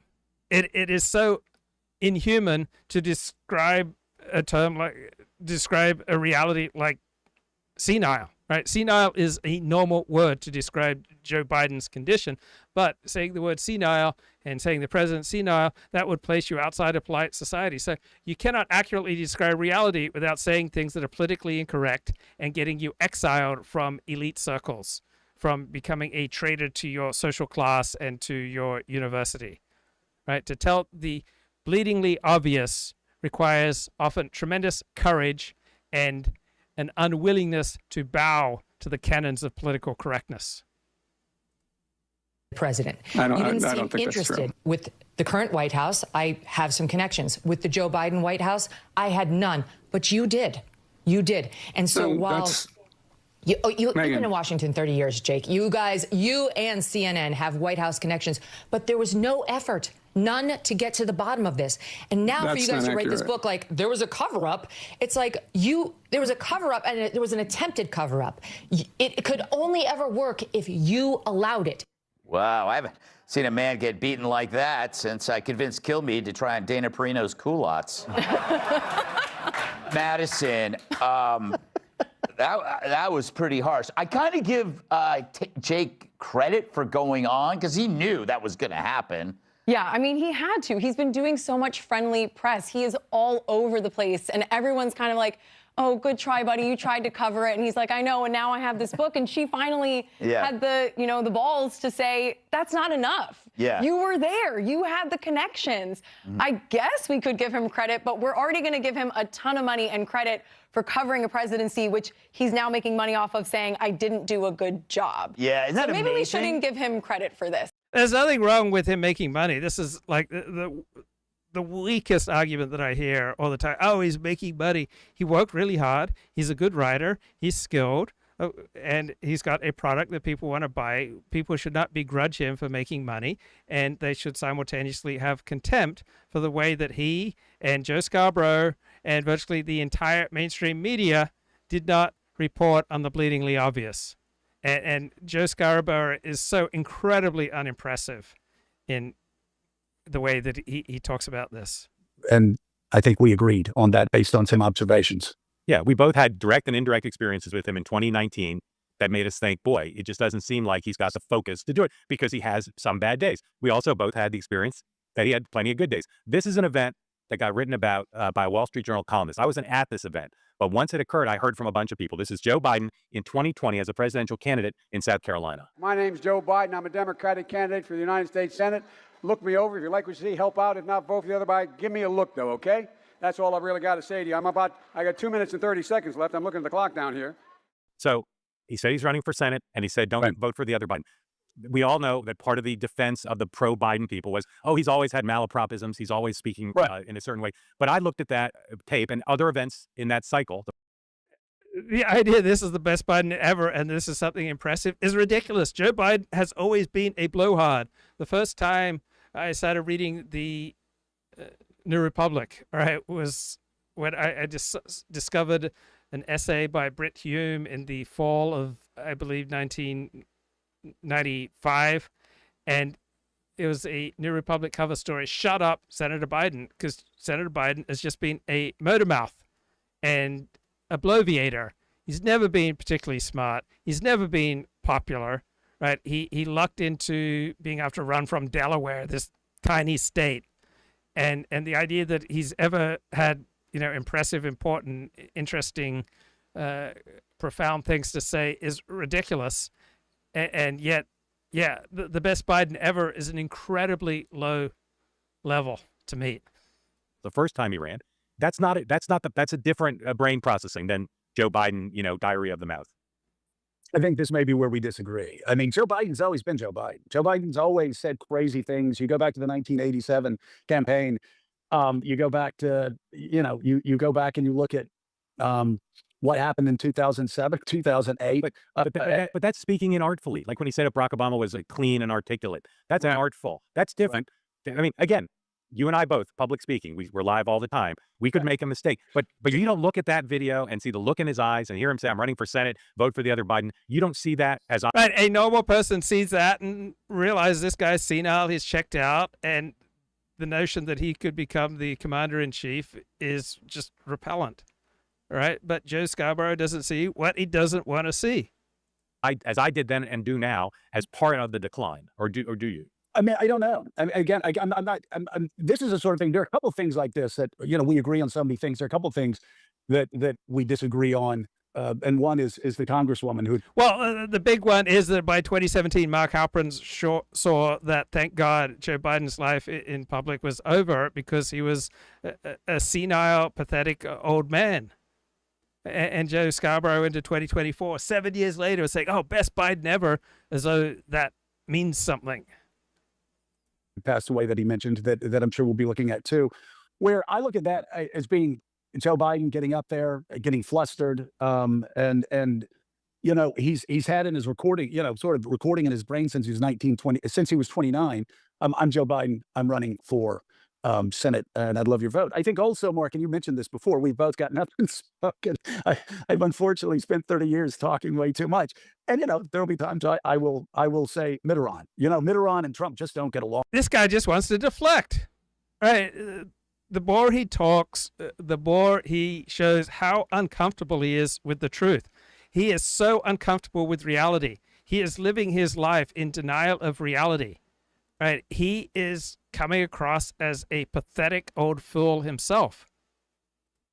And, it'll be like during the break where Alex will get in my ear. I'm sorry to interrupt you. Right. What Joe Scarborough is claiming is ridiculous. Alex will get in my ear and say it's Macron, not Mitterrand. But you think that clip is this is where you make me mental.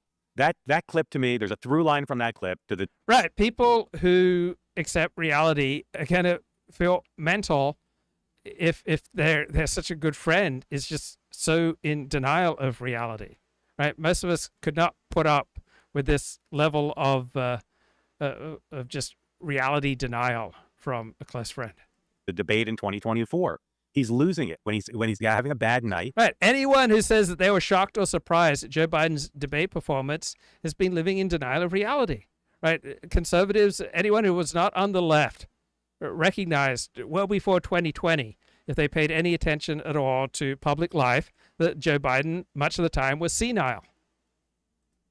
His brain is not firing. It's not what happens when we say Mitterrand instead of Kohl. Right. His brain, that's how I perceive that. Okay. So let me ask you though, because this happens with other politicians. We've seen other politicians do this before, and this is not whataboutism, but when Donald Trump talked constantly about World War II, and when he talked about all the other crazy things. Donald Trump, who's so incredibly active, who puts on a command performance, who can riff for 90 minutes to a crowded stadium. There's just absolutely no comparison. To try to compare the malapropisms of Donald Trump and Joe Biden and say that they reflect the same level of mental acuity is absurd. He talked about during the campaign. Mixed up Nancy Pelosi and Nancy Pelosi and Nancy May or whomever. No, it was Nikki Haley. It was Nikki Haley, exactly. Yeah. I think they're both from South Carolina. But yeah, I mean, I've seen that a good bit, especially in older politicians. And I think for me, the question is, does that impact his governing or not? This is a great mystery for me, Mark. And maybe you can help answer this. So you see a through line that through 24. That to me is like bumbling Joe Biden that I've seen for a very long time. But when did you first notice this decline? Do you trace it back to 2017? That book event I went to 2017, where I turned to my wife after the event and I said, "Thank goodness he'll never run for anything again." And how could his family let him do this book tour? And again, to me, this is why I get so frustrated. As much as we agree about this, to me, it's just obvious through line. What I saw in 2017. What I see in that South Carolina event, what I see when he addresses. Right. It's obvious to anyone who doesn't have a faith commitment to denying reality. Unless you have a strong, overwhelming emotional need to deny reality, right, you would have the same sort of observations as Mark Halperin here. The dead woman, Congresswoman from Indiana, which we'll play in a second. I see the through line of the bad days are increasing, and the bad days, you wouldn't want a CEO or a president having a bad day at a time of crisis. Let's play. You and I have thought about this a million times. 104, Joe Biden at an event in part honoring a dead Congresswoman from Indiana talks to her. Because I believe we can use these advances to do even more to make America stronger and a healthier nation. And so many of you know so much about this as well, and you're committed. And I want to thank all of you here for including bipartisan elected officials like Representative Governor, Senator Braun, Senator Booker, Representative Jackie. Are you here? Where's Jackie? I didn't think she was going to be here to help make this a reality. Again, you and I talked about this so much. I know you think I over-rely on the example, but that is not Mitterrand or saying Mitterrand instead of Kohl. That is talking to a dead person whose the event was on her behalf. How can that not be like a signature signal moment where the country and the media said there's a big problem? Yeah, I mean, that's a concern, and it was reported on, I'm sure. So what would you have, at that point, do you pull up the stakes and say because he did that, get out of the race. There are 100 different videos where it's obvious that Joe Biden was mentally checked out, was a senile old man incapable of doing the job. It's up to him, but it was asked about at the White House briefing. And the White House press secretary said the reason Joe Biden talked to a dead congresswoman was because it was top of mind for him. She was top of mind. Again, this is not a joke, and it's not about the 2024 election. It's about the commander in chief. We had no access to his doctor. And again, you want to bring up Donald Trump confusing people, it's fine. But right now we're talking about Joe Biden. I just look at that and say, like, if that were my dad, in a public role, and he started talking to a dead congresswoman, I would take him for some emergency tests. I just don't understand how you look at that and have a reaction of, confused. I think. And the guy had years of steadily growing prostate cancer.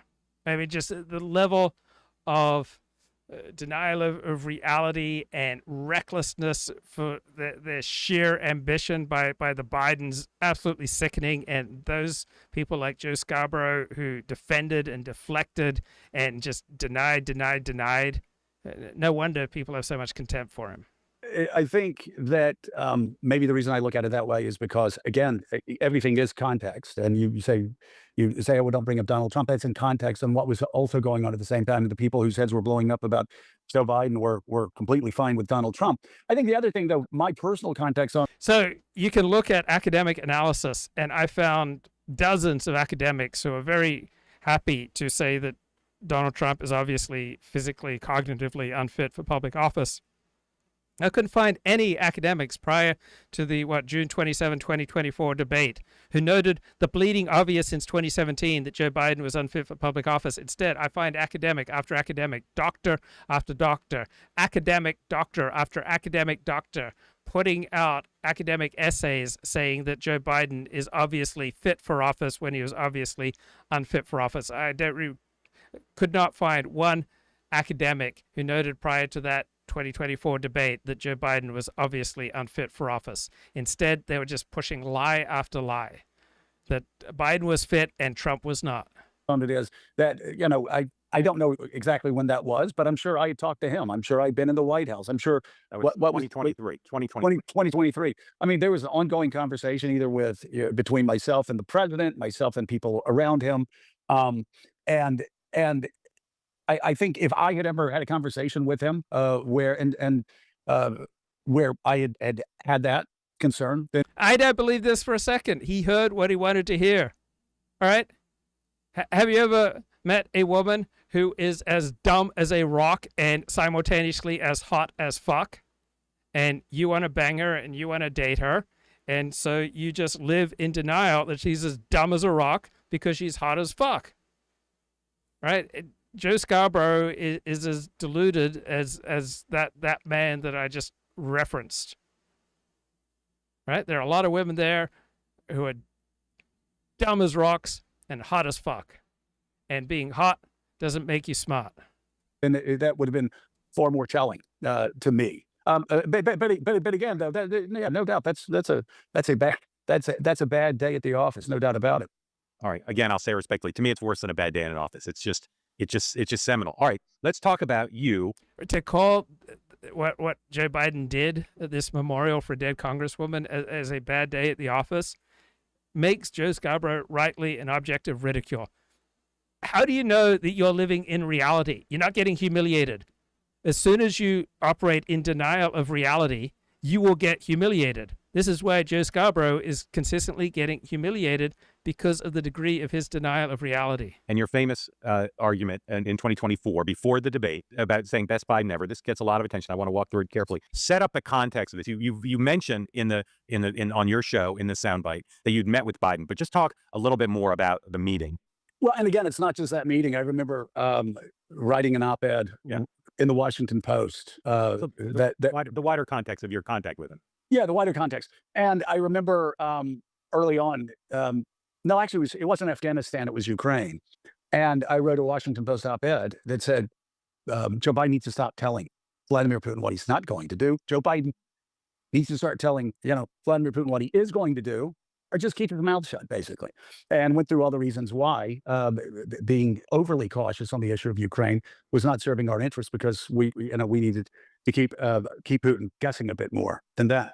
Got a call late at night. As you know, Meek and I go to sleep pretty early because of our early wake-up call. Got a call late at night. And there's about a 30, 45-minute, pretty one-sided discussion from the President of the United States being critical. So one way of understanding humility is simply living in reality. If you don't live in reality, if you refuse to accept reality, if you make war on reality, you will get humiliated. Sycax makes this point. Giving you feedback that you need to pay attention to a particular aspect of your life, because pain is a signal that your model of reality is incorrect. And pain is your opportunity to bring that model into closer conformity with the way things really are. If you can alter your relationship with pain, you will accelerate your self-development 100-fold. So what prevents people from using the opportunity inherent in pain? Well, there are many potential obstructions, but 3 principal ones. The first principal obstruction is that some people are so stubborn or arrogant or ideologically possessed that they double down on their incorrect version of reality. They continue All right, this is Joe Scarborough. to believe that they're right despite their pain. They hold on to the belief that the way they think things should be is how reality should in fact operate. So arrogance and ideological possession can prevent people from entering into this opportunity. I'm Dr. Orion Terry. Yeah, pain, all right, pain, humiliation, that will teach you that you are out of touch with reality. But more importantly, going in depth as to why he was doing what he was doing and taking me through it. And, you know, Mark, you and I have talked to politicians. And I think this is a very important point for people that are listening and maybe skeptical, but maybe open-minded about this. You and I have talked to a lot of politicians, and I'll just be really blunt. Most politicians that call up and lecture me or lecture you about something we've written or said, we sit there and we're very polite, but rolling our eyes because, you know, they're usually going, yeah. Yeah, but Joe Biden, right? I've never heard a wise, you know, profound, smart Joe Biden, but Joe Scarborough is about to tell us about the wise, best Joe Biden ever he heard. They're talking, they're doing their talking points. And again, you're in an interesting position. I'm not going to debate a presidential candidate or a politician when they're calling me up, complaining about something that I've done on the air. I go, thank you very much. I appreciate your input. But usually I hang up the phone and Mika, who's that? And I'll be like, oh, that was fill in the blank. Oh my God. On his talking points. It was pretty embarrassing. I didn't get that with Biden. In fact, when I finished talking to Biden on I guess it was late 22, I hung up the phone and I said to Mika, I go, he doesn't have dementia. Whoa. Because again, it was not just cogent. It was a better, really, analysis of the situation than I'd heard from most people, unless it was. Right. It was the best analysis of the situation that he heard from anyone.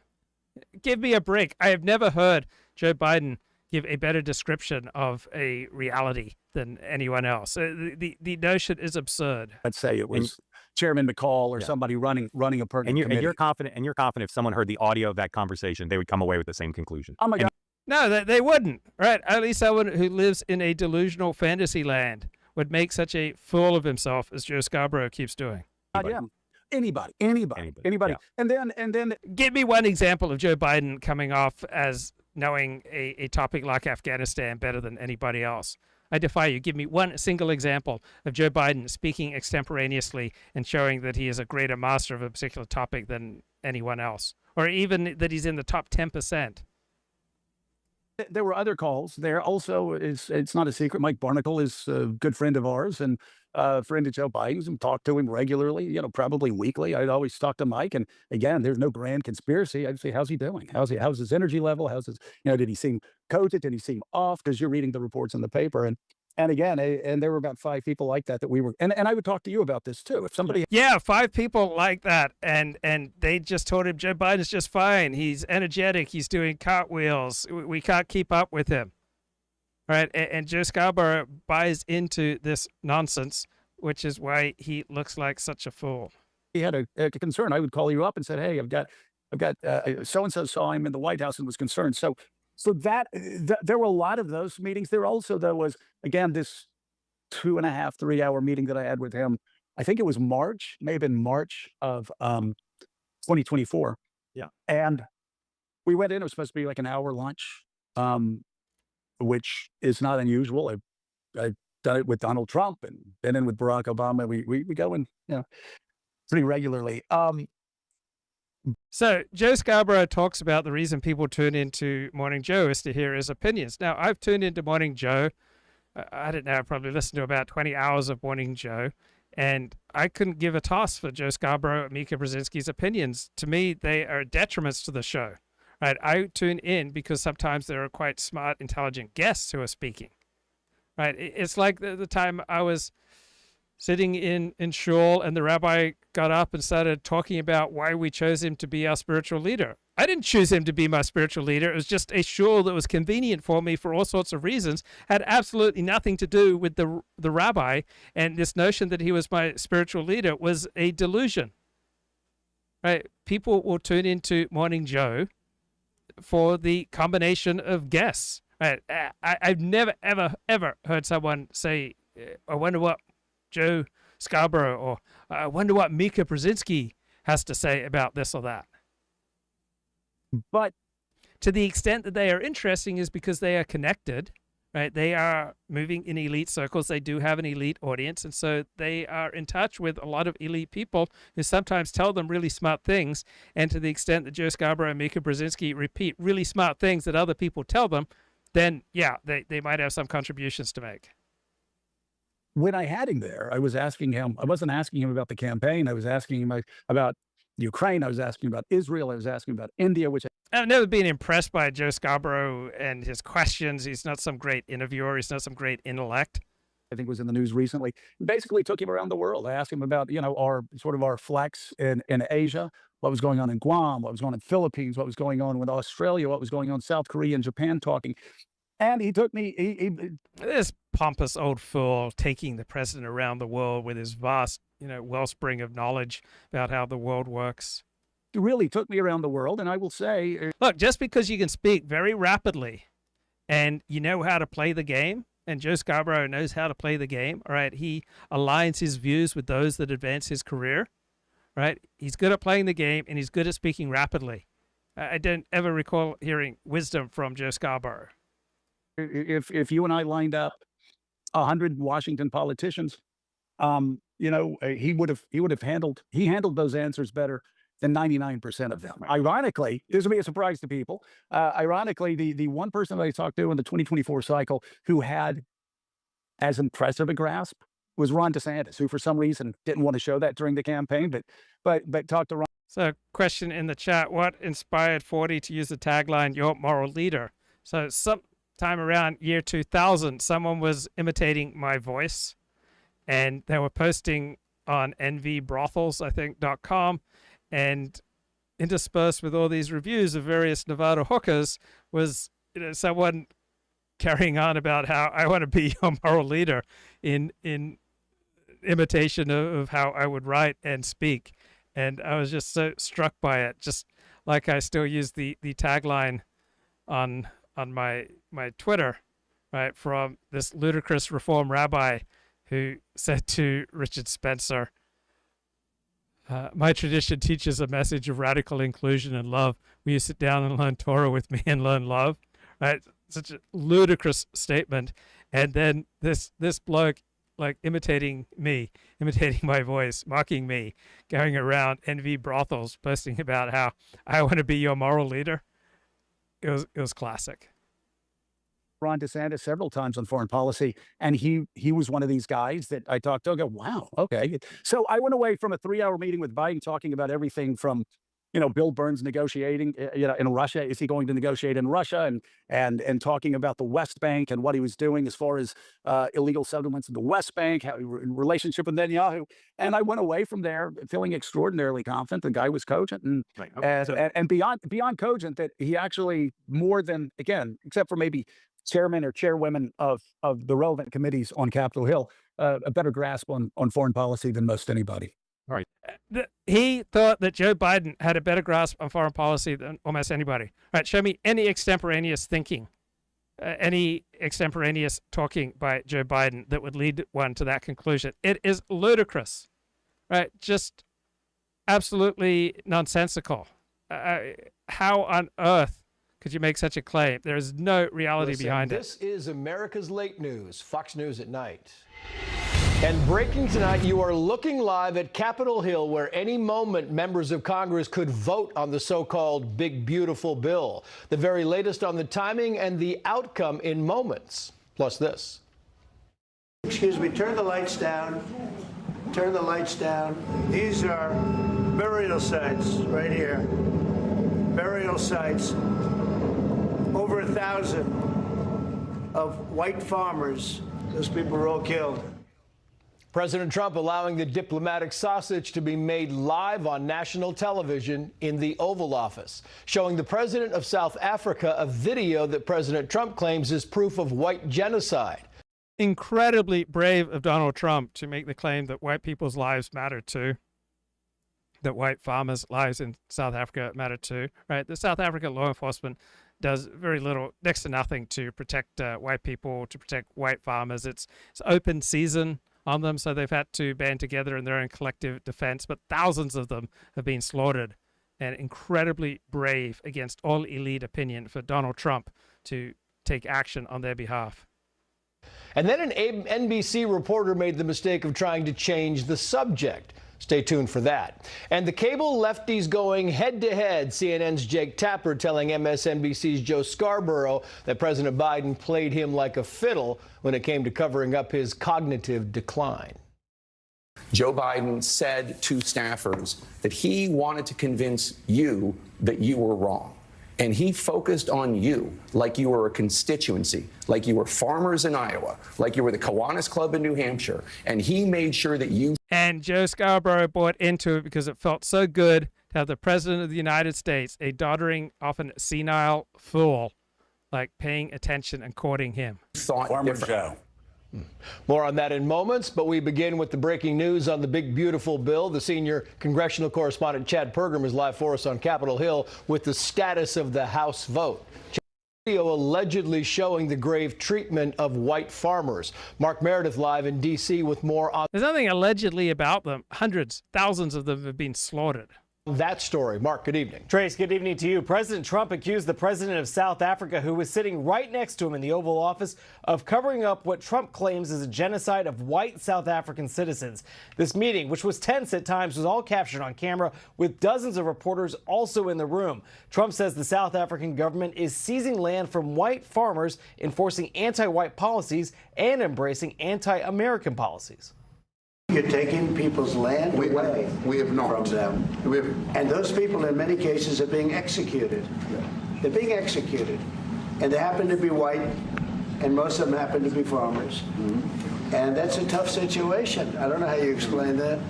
The South African government recently enacted a law allowing the government to seize land from any private owner, white or otherwise, for public purposes similar to eminent domain in this country. President Ramaphosa denied there's any genocide taking place in his country. I would say if there was Afrikaner farmer genocide, I can bet you these three gentlemen would not be here, including my Minister of Agriculture. He would not be with me.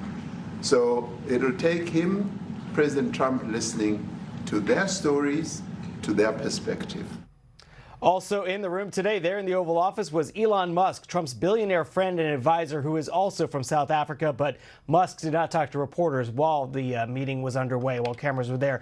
And Trace, I want to mention at this hour, we are also following some breaking news not far from our Washington bureau here, that there was a shooting tonight around 9:30 where we know at least two people were killed, an adult man and an adult woman. The reason that we believe this is going to be notable is because of this news conference that's going to be getting underway. These are live pictures outside Metro PD headquarters. There's a belief that this may have involved some Israeli embassy staffers. We don't know if they were the ones who were either hurt or may have been killed in the shooting because we... Okay, I want to get back to Joe Scarborough. Just to show the humiliation that happens when you live in a war with reality. All right, so here's now what you said in the wake of that meeting. This is 105, please, on Morning Joe. As I've said here on the show over the past couple weeks, I've spent a good bit of time with Joe Biden. I've spent couple of hours with Joe Biden, sitting, talking, going around the world as far as talking issues, talking the economy, talking inflation. He's cogent. But I undersold him when I said he was cogent. He's far beyond cogent. In fact, I think he's better than he's ever been, intellectually, analytically, because he's been around for 50 years. And, you know, I don't know if people know this or not, Biden used to be a hothead. Sometimes that Irishman would get in front of the reasoning. Sometimes he would say things he didn't want to say. This is, and I don't really, you know what, I don't really care. Start your tape right now, because I'm about to tell you the truth. And F you if you can't handle the truth. This version of Biden, intellectually, analytically, is the best Biden ever. Okay, so a lot to unpack there. Unpack there. Mark, you have to explain to everybody, like, that's actually the first time I've seen the clip all the way through. And you were the one, like, 6 months later to alert me to the fact that this had gone viral.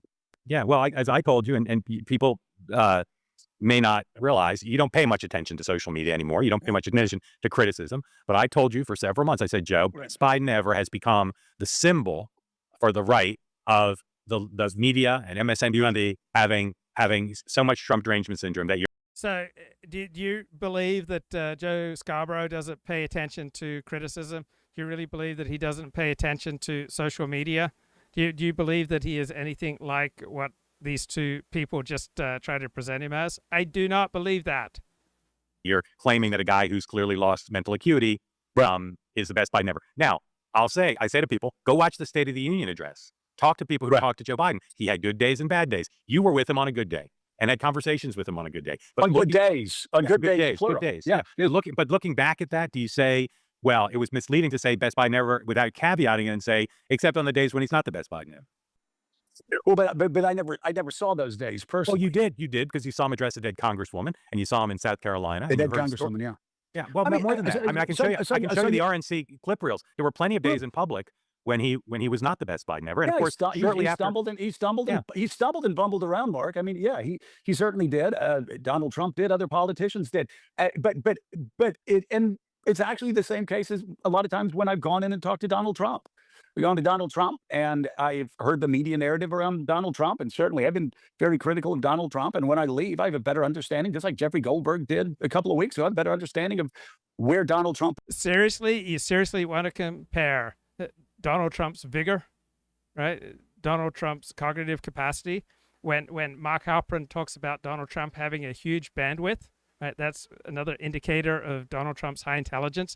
And you seriously want to compare that to Joe Biden's frequent bouts of senility? Give me a break.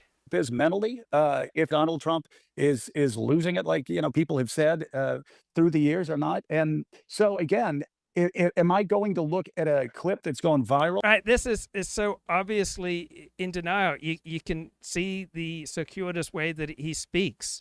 Right. This is not from the heart. Right. This is not something that's fair dinkum. Right. This is a performance trying to present himself in the best way possible. He is so feeling ill at ease with reality. And so he just talks nonsense. And pay more attention to that than 2.5, 3 hours I had with Guy one-on-one going around the world. No, I'm just not going to. Are some of the clips bad? Yeah, they certainly are bad. I can understand why people would see that.